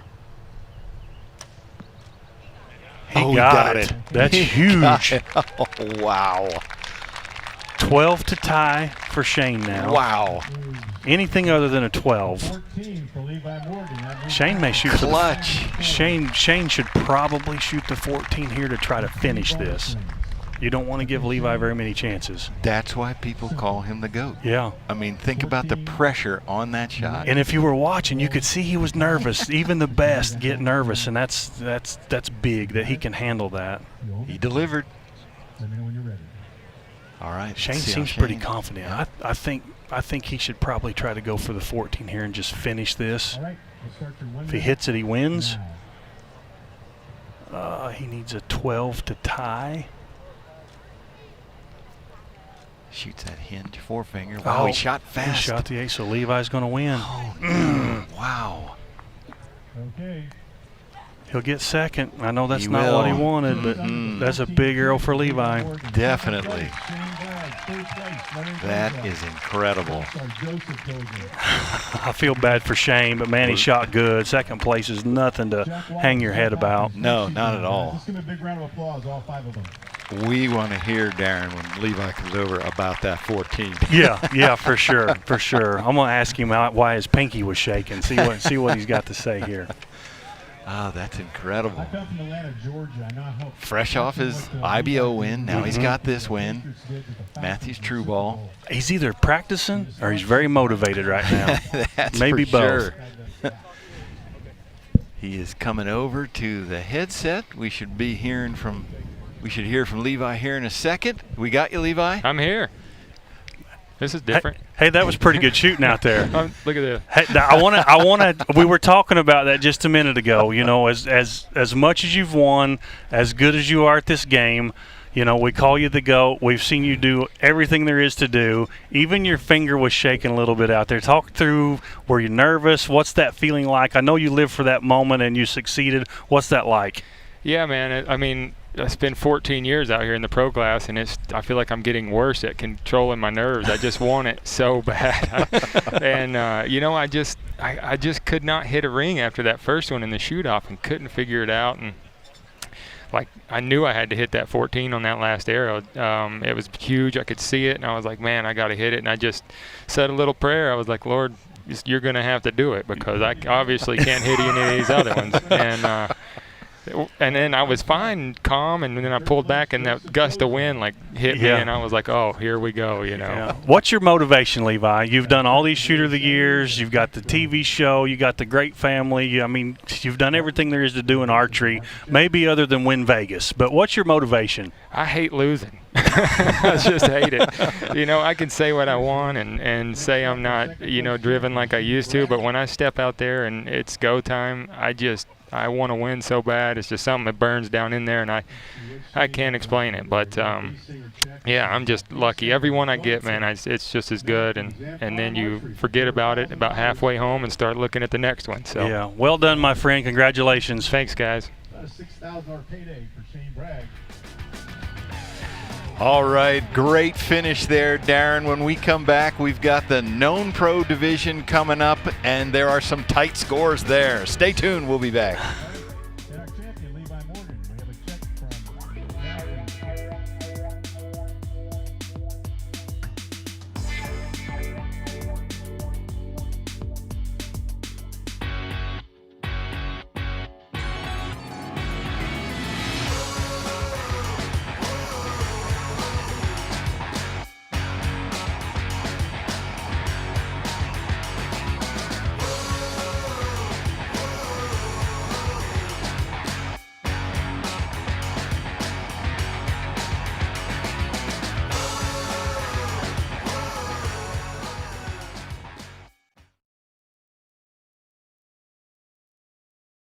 Announcing the new, patent-pending Carboflex Stabilizers.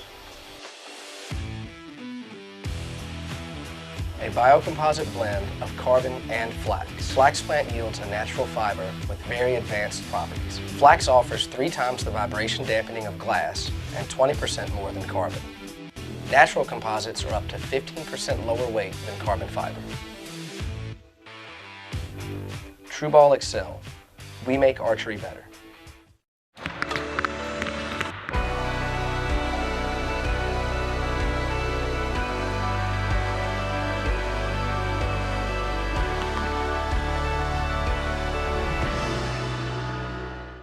If you're punching the clock between punching tags, chances are you know a thing or two about hard work.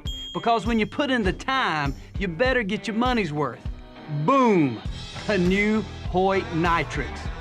This thing is tough as nails, and at 4.1 pounds, it's lighter than most Chihuahuas. And oh yeah, it also slings in air at 333 feet per second. It never gives an inch. It'll go against anything, Cape buffalo, white-tailed deer, elk, or snapping turtle, it don't matter.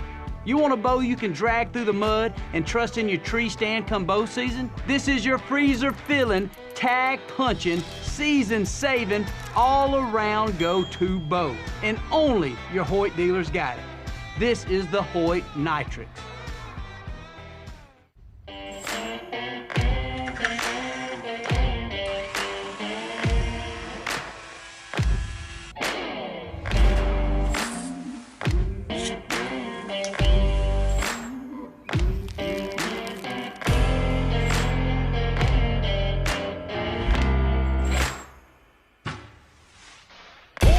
One chance, one moment, one shot.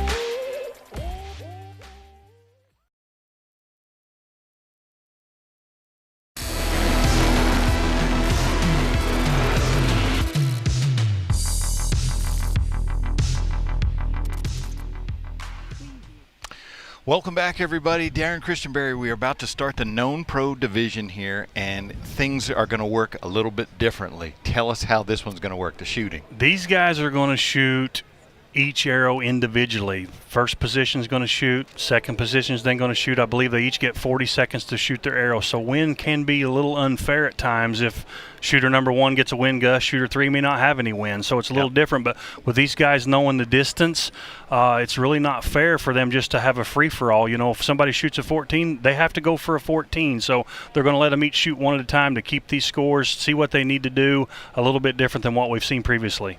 All right, it's going to be exciting. Let's go to Josh Grind for our on-field shooter announcements. All right, for our final division, we have the known pro division. Your 5th place qualifier, shooting a .436 with 21 bonus rings from Wingo, Kentucky, shooting for Hoyt, Donnie Thacker.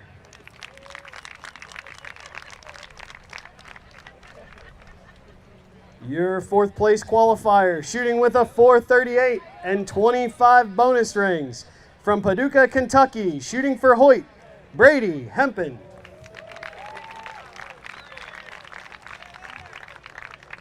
3rd place qualifier, shooting a .440 with 22 bonus rings from Harrisville, Utah, shooting for PSE, Kyle Douglas.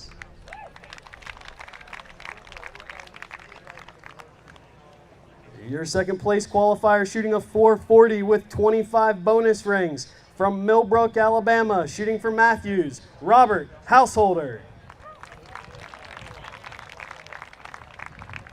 And your number 1 qualifier in the known pro division, shooting a .442 with 23 bonus rings from Asheville, North Carolina, shooting for Mathews, Justin Hanna.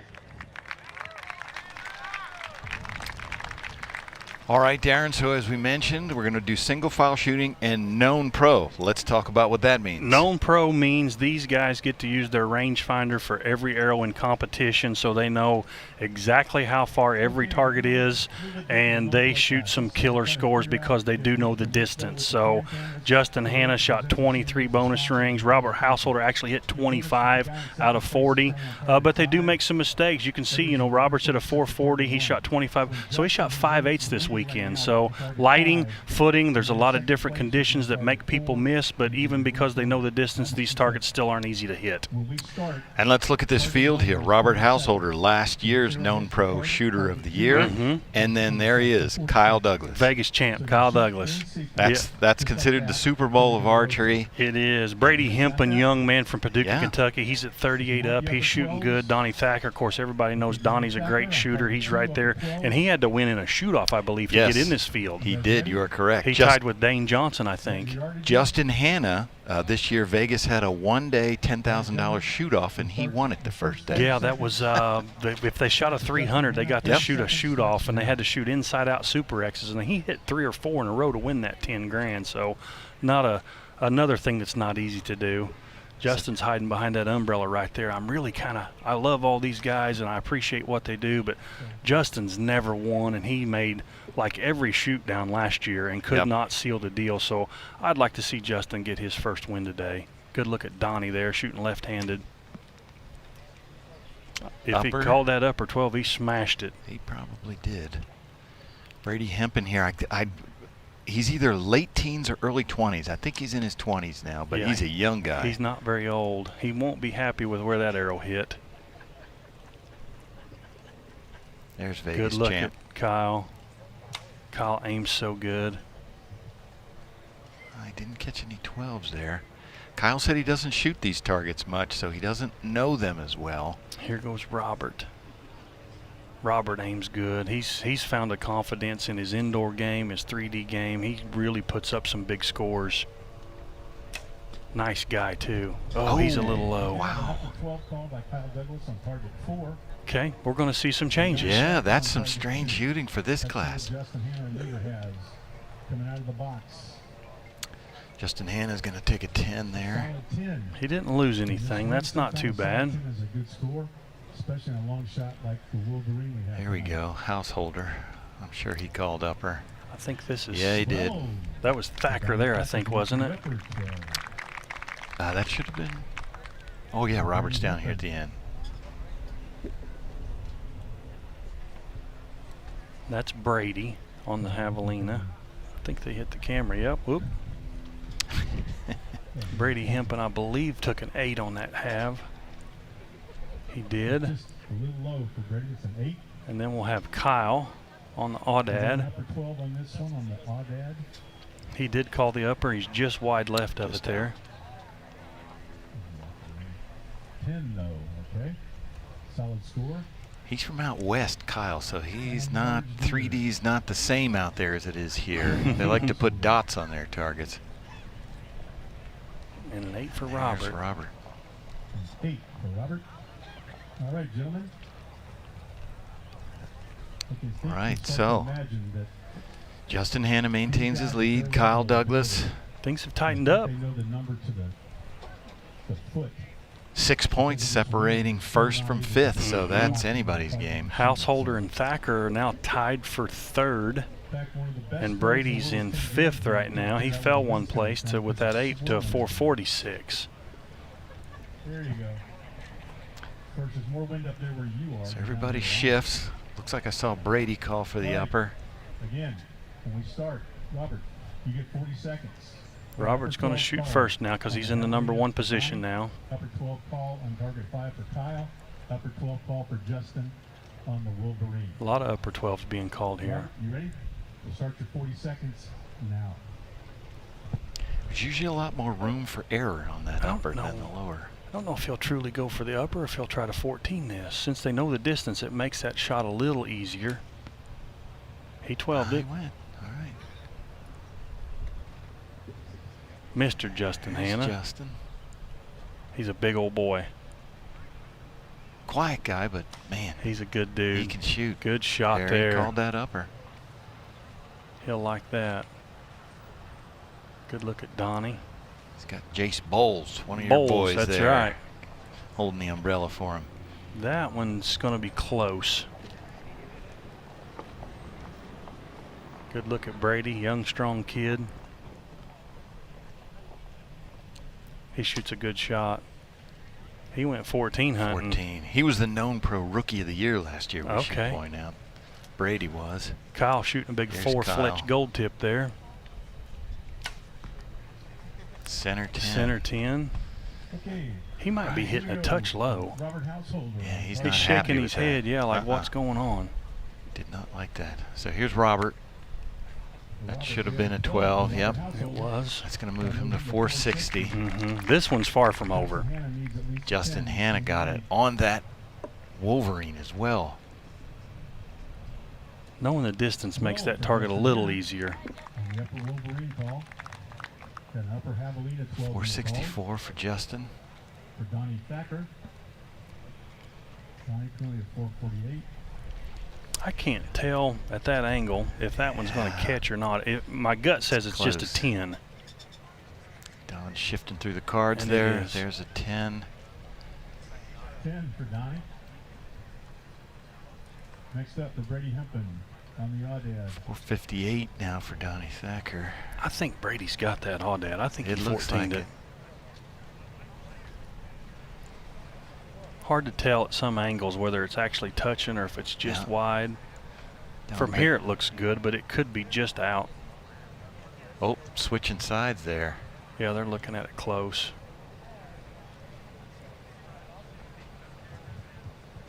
Can't really tell. Brady's watching through his binoculars. There goes Don. An 8. Just wide. Wow. That was a close arrow. 454 for Brady. He He's doesn't like, like man, that. I thought that was in there. And then 10 for Kyle. 10 for Kyle. All right, gentlemen, let's move Okay. to get started with the So it'll change a little bit. Justin ekes away a little bit. Every point in this division, boy, if you can get it, Yeah, take it. it's still tight. Justin's got a 4-point lead right now over Robert and Kyle. And then Donnie's at a 458, and Brady drops to 454 with that 8. I have a feeling Brady won't back off now, and these next two targets are fairly close, and he needs to 14 both of them to have a chance. Let me know when you're ready, Robert. I'm sorry, Kyle. Whenever you're ready. Justin Hanna taking a look down there. Kyle getting his sight set.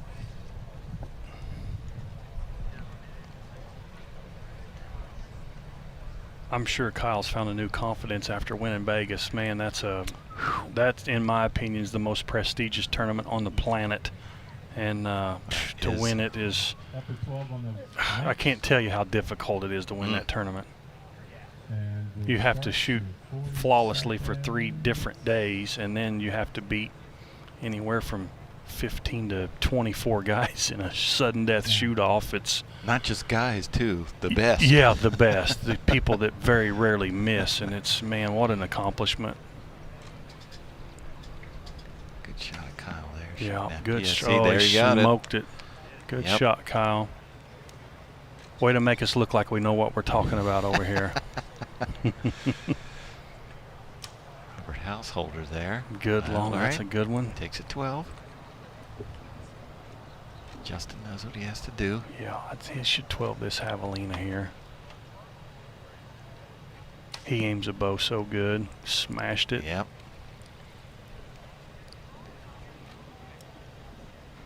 Comes Donnie. Donnie's become quite a good archer in the recent years too. Yeah, he's been working a lot at it. Yeah, he like really turned on, and he's going to be just a little low there. We know Brady's shooting at this 14. Yeah, he has to. Oh. Okay, here we go. Missed it left. Yep. See what Kyle's got on this first one. Upper 12 was called on the links. Kyle Douglas up first. That's going to serve him well. Shot the 14. 474. Justin Kyle Douglas. Justin hitting that 12 will he'll still have the lead, but Kyle narrowed that gap. 12 for Robert Householder. 12 for Robert. Moves him to 472. For Justin Hanna, upper 12 was called on the javelina.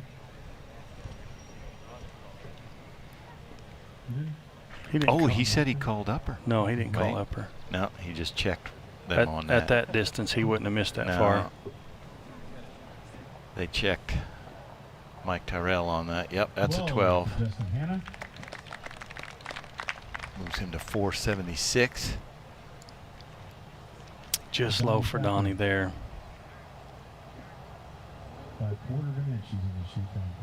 Compliment the unknown guys while we're doing this too. You know, we saw the unknown guys step up there and hit a pile of rings, not knowing the distance. These guys all have range finders, so you know, no negative to the known guys, but my gosh, the talent that's in these classes, it's amazing.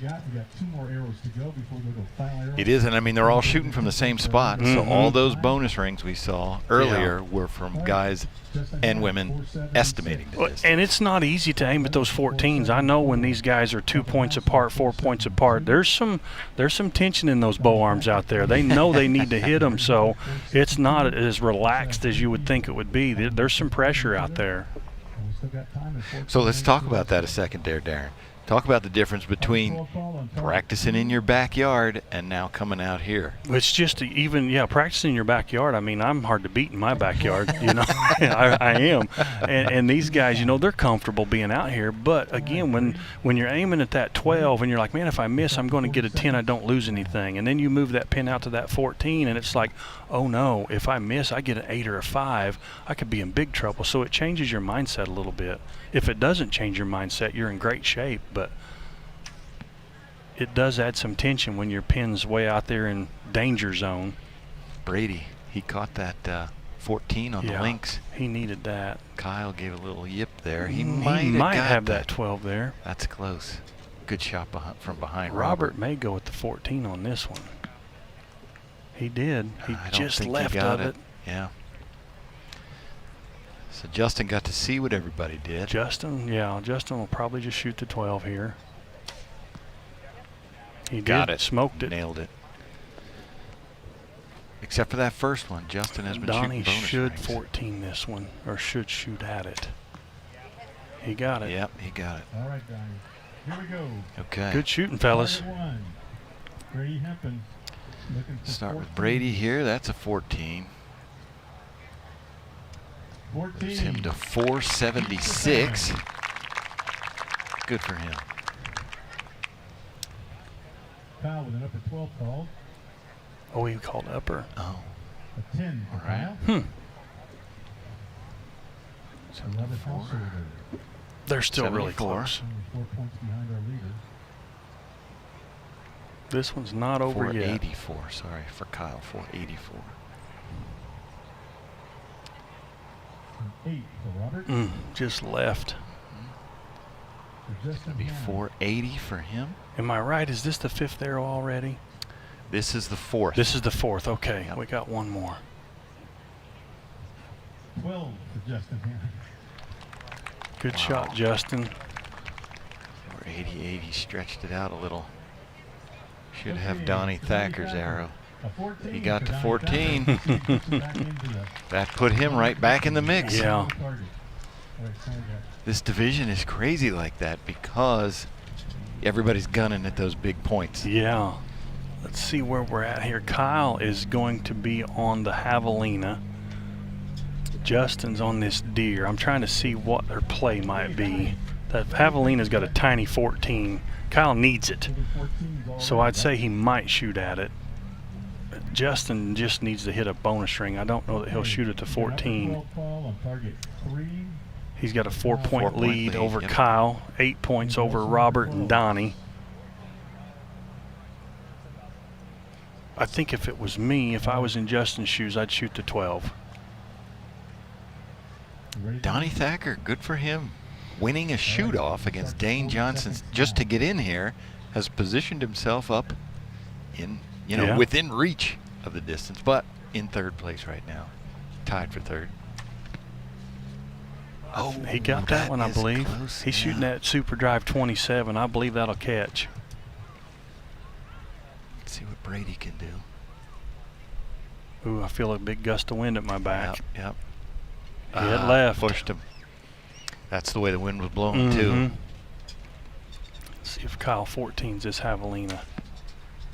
Nope, upper 12 if he called it. Wind changed. Yeah, the wind changed. We just saw Justin's umbrella man Yeah, move over. reposition his umbrella guy. Robert shot at the 14, and that's close. that's really close. Probably just low. So there's Justin Hannes behind that umbrella. He got a 10, so he didn't lose anything there. Okay. That's going to narrow the gap if Kyle called that upper. Currently 8 points behind our leader. Justin Hanna, 14 for Donnie Thacker. Donnie got that 14. 494. Brady Hemp. That's going to be an 8 or a 5. Yeah, that might even be a 5. That's the way the wind was blowing there, too. That it is a switched up 5. on him. Wow. Done. Well, Brady shot good this weekend. I know those arrows didn't land where he wanted them to there, but great shooting regardless. Yeah, to make the shoot down in this division, you gotta you gotta your shoot ducks in a row. There's some fantastic shooters that did not make this shoot down. 12 for Kyle. That's big. 96. Yeah, 2 points ahead of Donnie was that one. That'll just give Justin a 2-point lead going into the final arrow now. They're gonna look at this one. That one's so close, but I feel like it's just a hair low. Yeah, he didn't look too much. Oh, he did get it. 14. That's a big arrow right there. Here we go. 98. Okay, so Justin Hanna, 498. Kyle Douglas, 496. Robert Householder and Donnie Thacker at 494. And Brady Hempen at a 481. Yeah, so Hempen will be out. He'll be, Whoever's got it's going to be Robert, has the most bonus rings. So it'll be Donnie shooting first, then Robert, then Kyle, and then Justin will know what he has to do when it becomes his turn.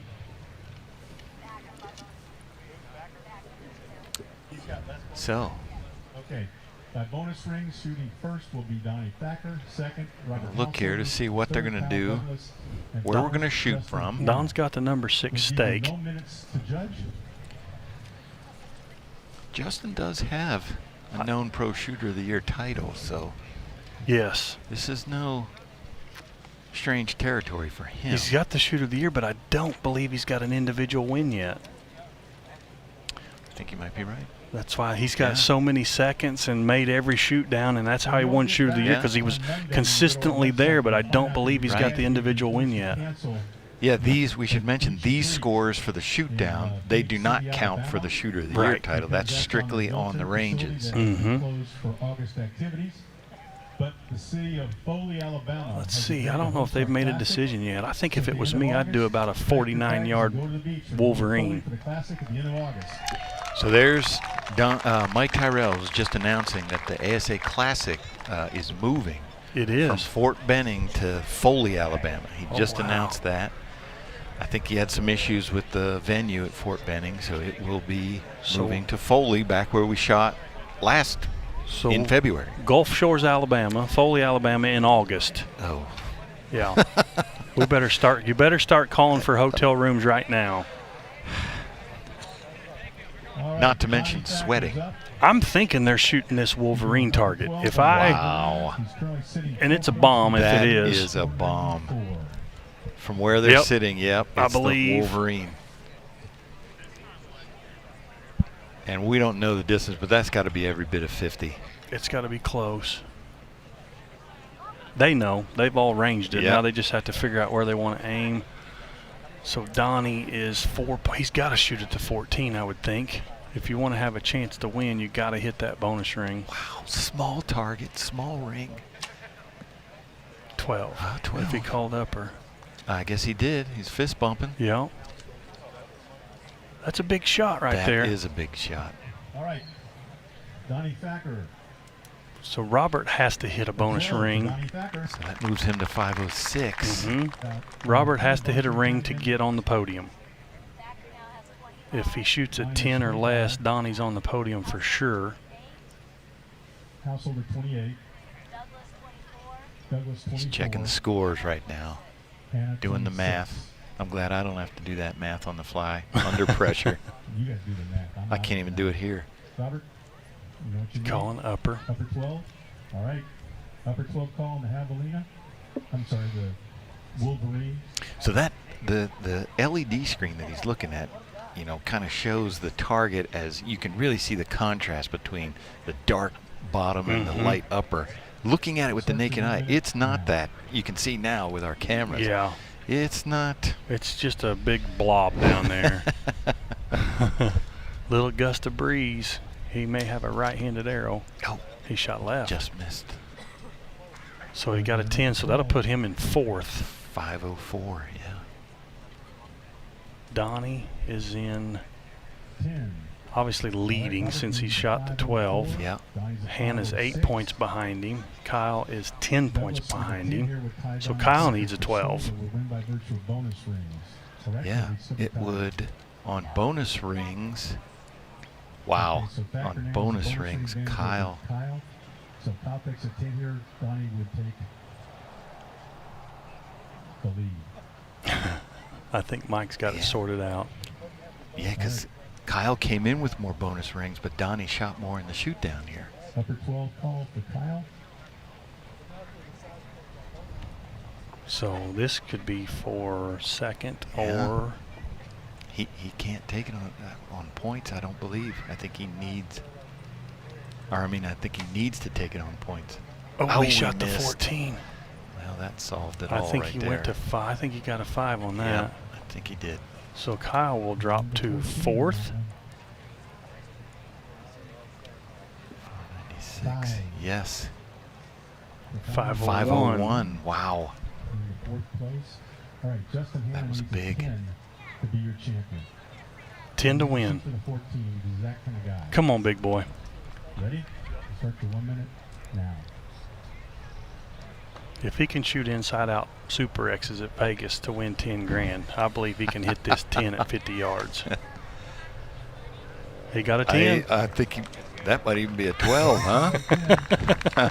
Either way, yeah, that's a 10. Good for him. I'm glad to see him get that win. I'm sorry, 508. Second place, Donnie Thacker, Kyle 6. Robert Householder in Good 3rd. for Justin. Kyle We Douglas believe in that's his 4th, first Brady Hemp in 5th. known pro win. Yeah, I believe it is. Round of applause. Thank y'all for coming. His expression didn't change a lot, but I know he's extremely happy on the inside. Yeah, he's a stoic. He's one of those stoic archers. Yeah, we always talk about his jawline. And he is putting on the headsets now. And I believe, Justin, can you hear us? Oh, yeah. There we go. Hi, Justin Hannah. Hey, Darren. Tell me, we've been talking quite a bit about you. All the shoot downs that you've made, you've got a Shooter of the Year in the known pro division, but that first place finish has eluded you. How's it feel to finally get the top of the podium? I don't know, Darren. They ain't snuck in yet. I don't know.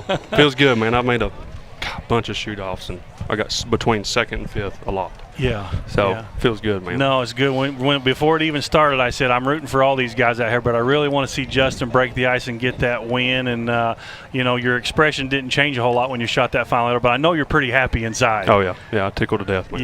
Yeah. Good for you, man. Way to stay in there. Congratulations on a great weekend. Congrats on your first win. Thank you. Appreciate it. All right, buddy.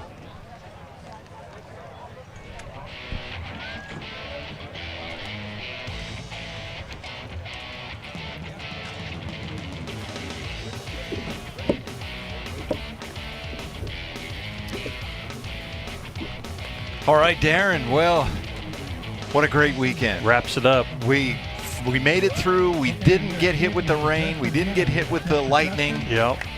And we crowned some champions here. I'm glad to be back at it. I hope we get to do this again soon, and it's great to be back shooting. It's great seeing everybody. Great visiting with you today, and I can't wait to do this again. Absolutely.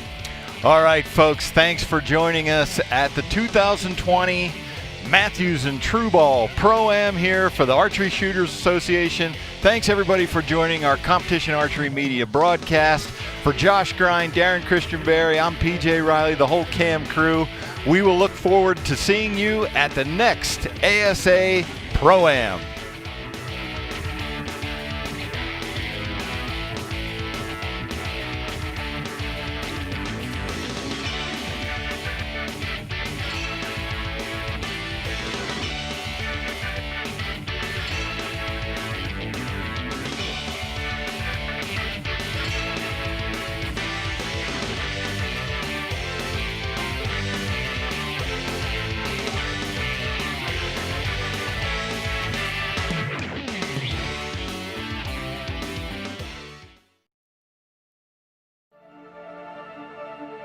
That's a good feeling to know I can make this bow do whatever I want it to do and it will react.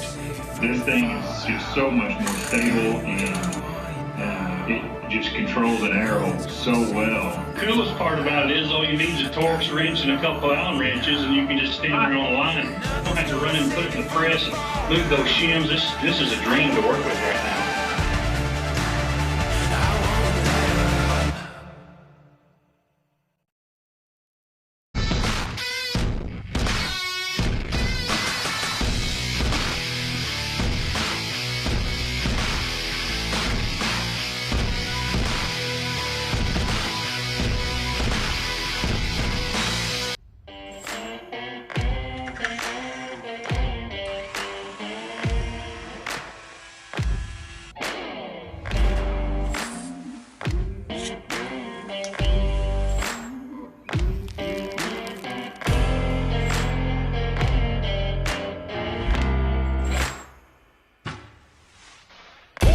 One chance, one moment, one shot.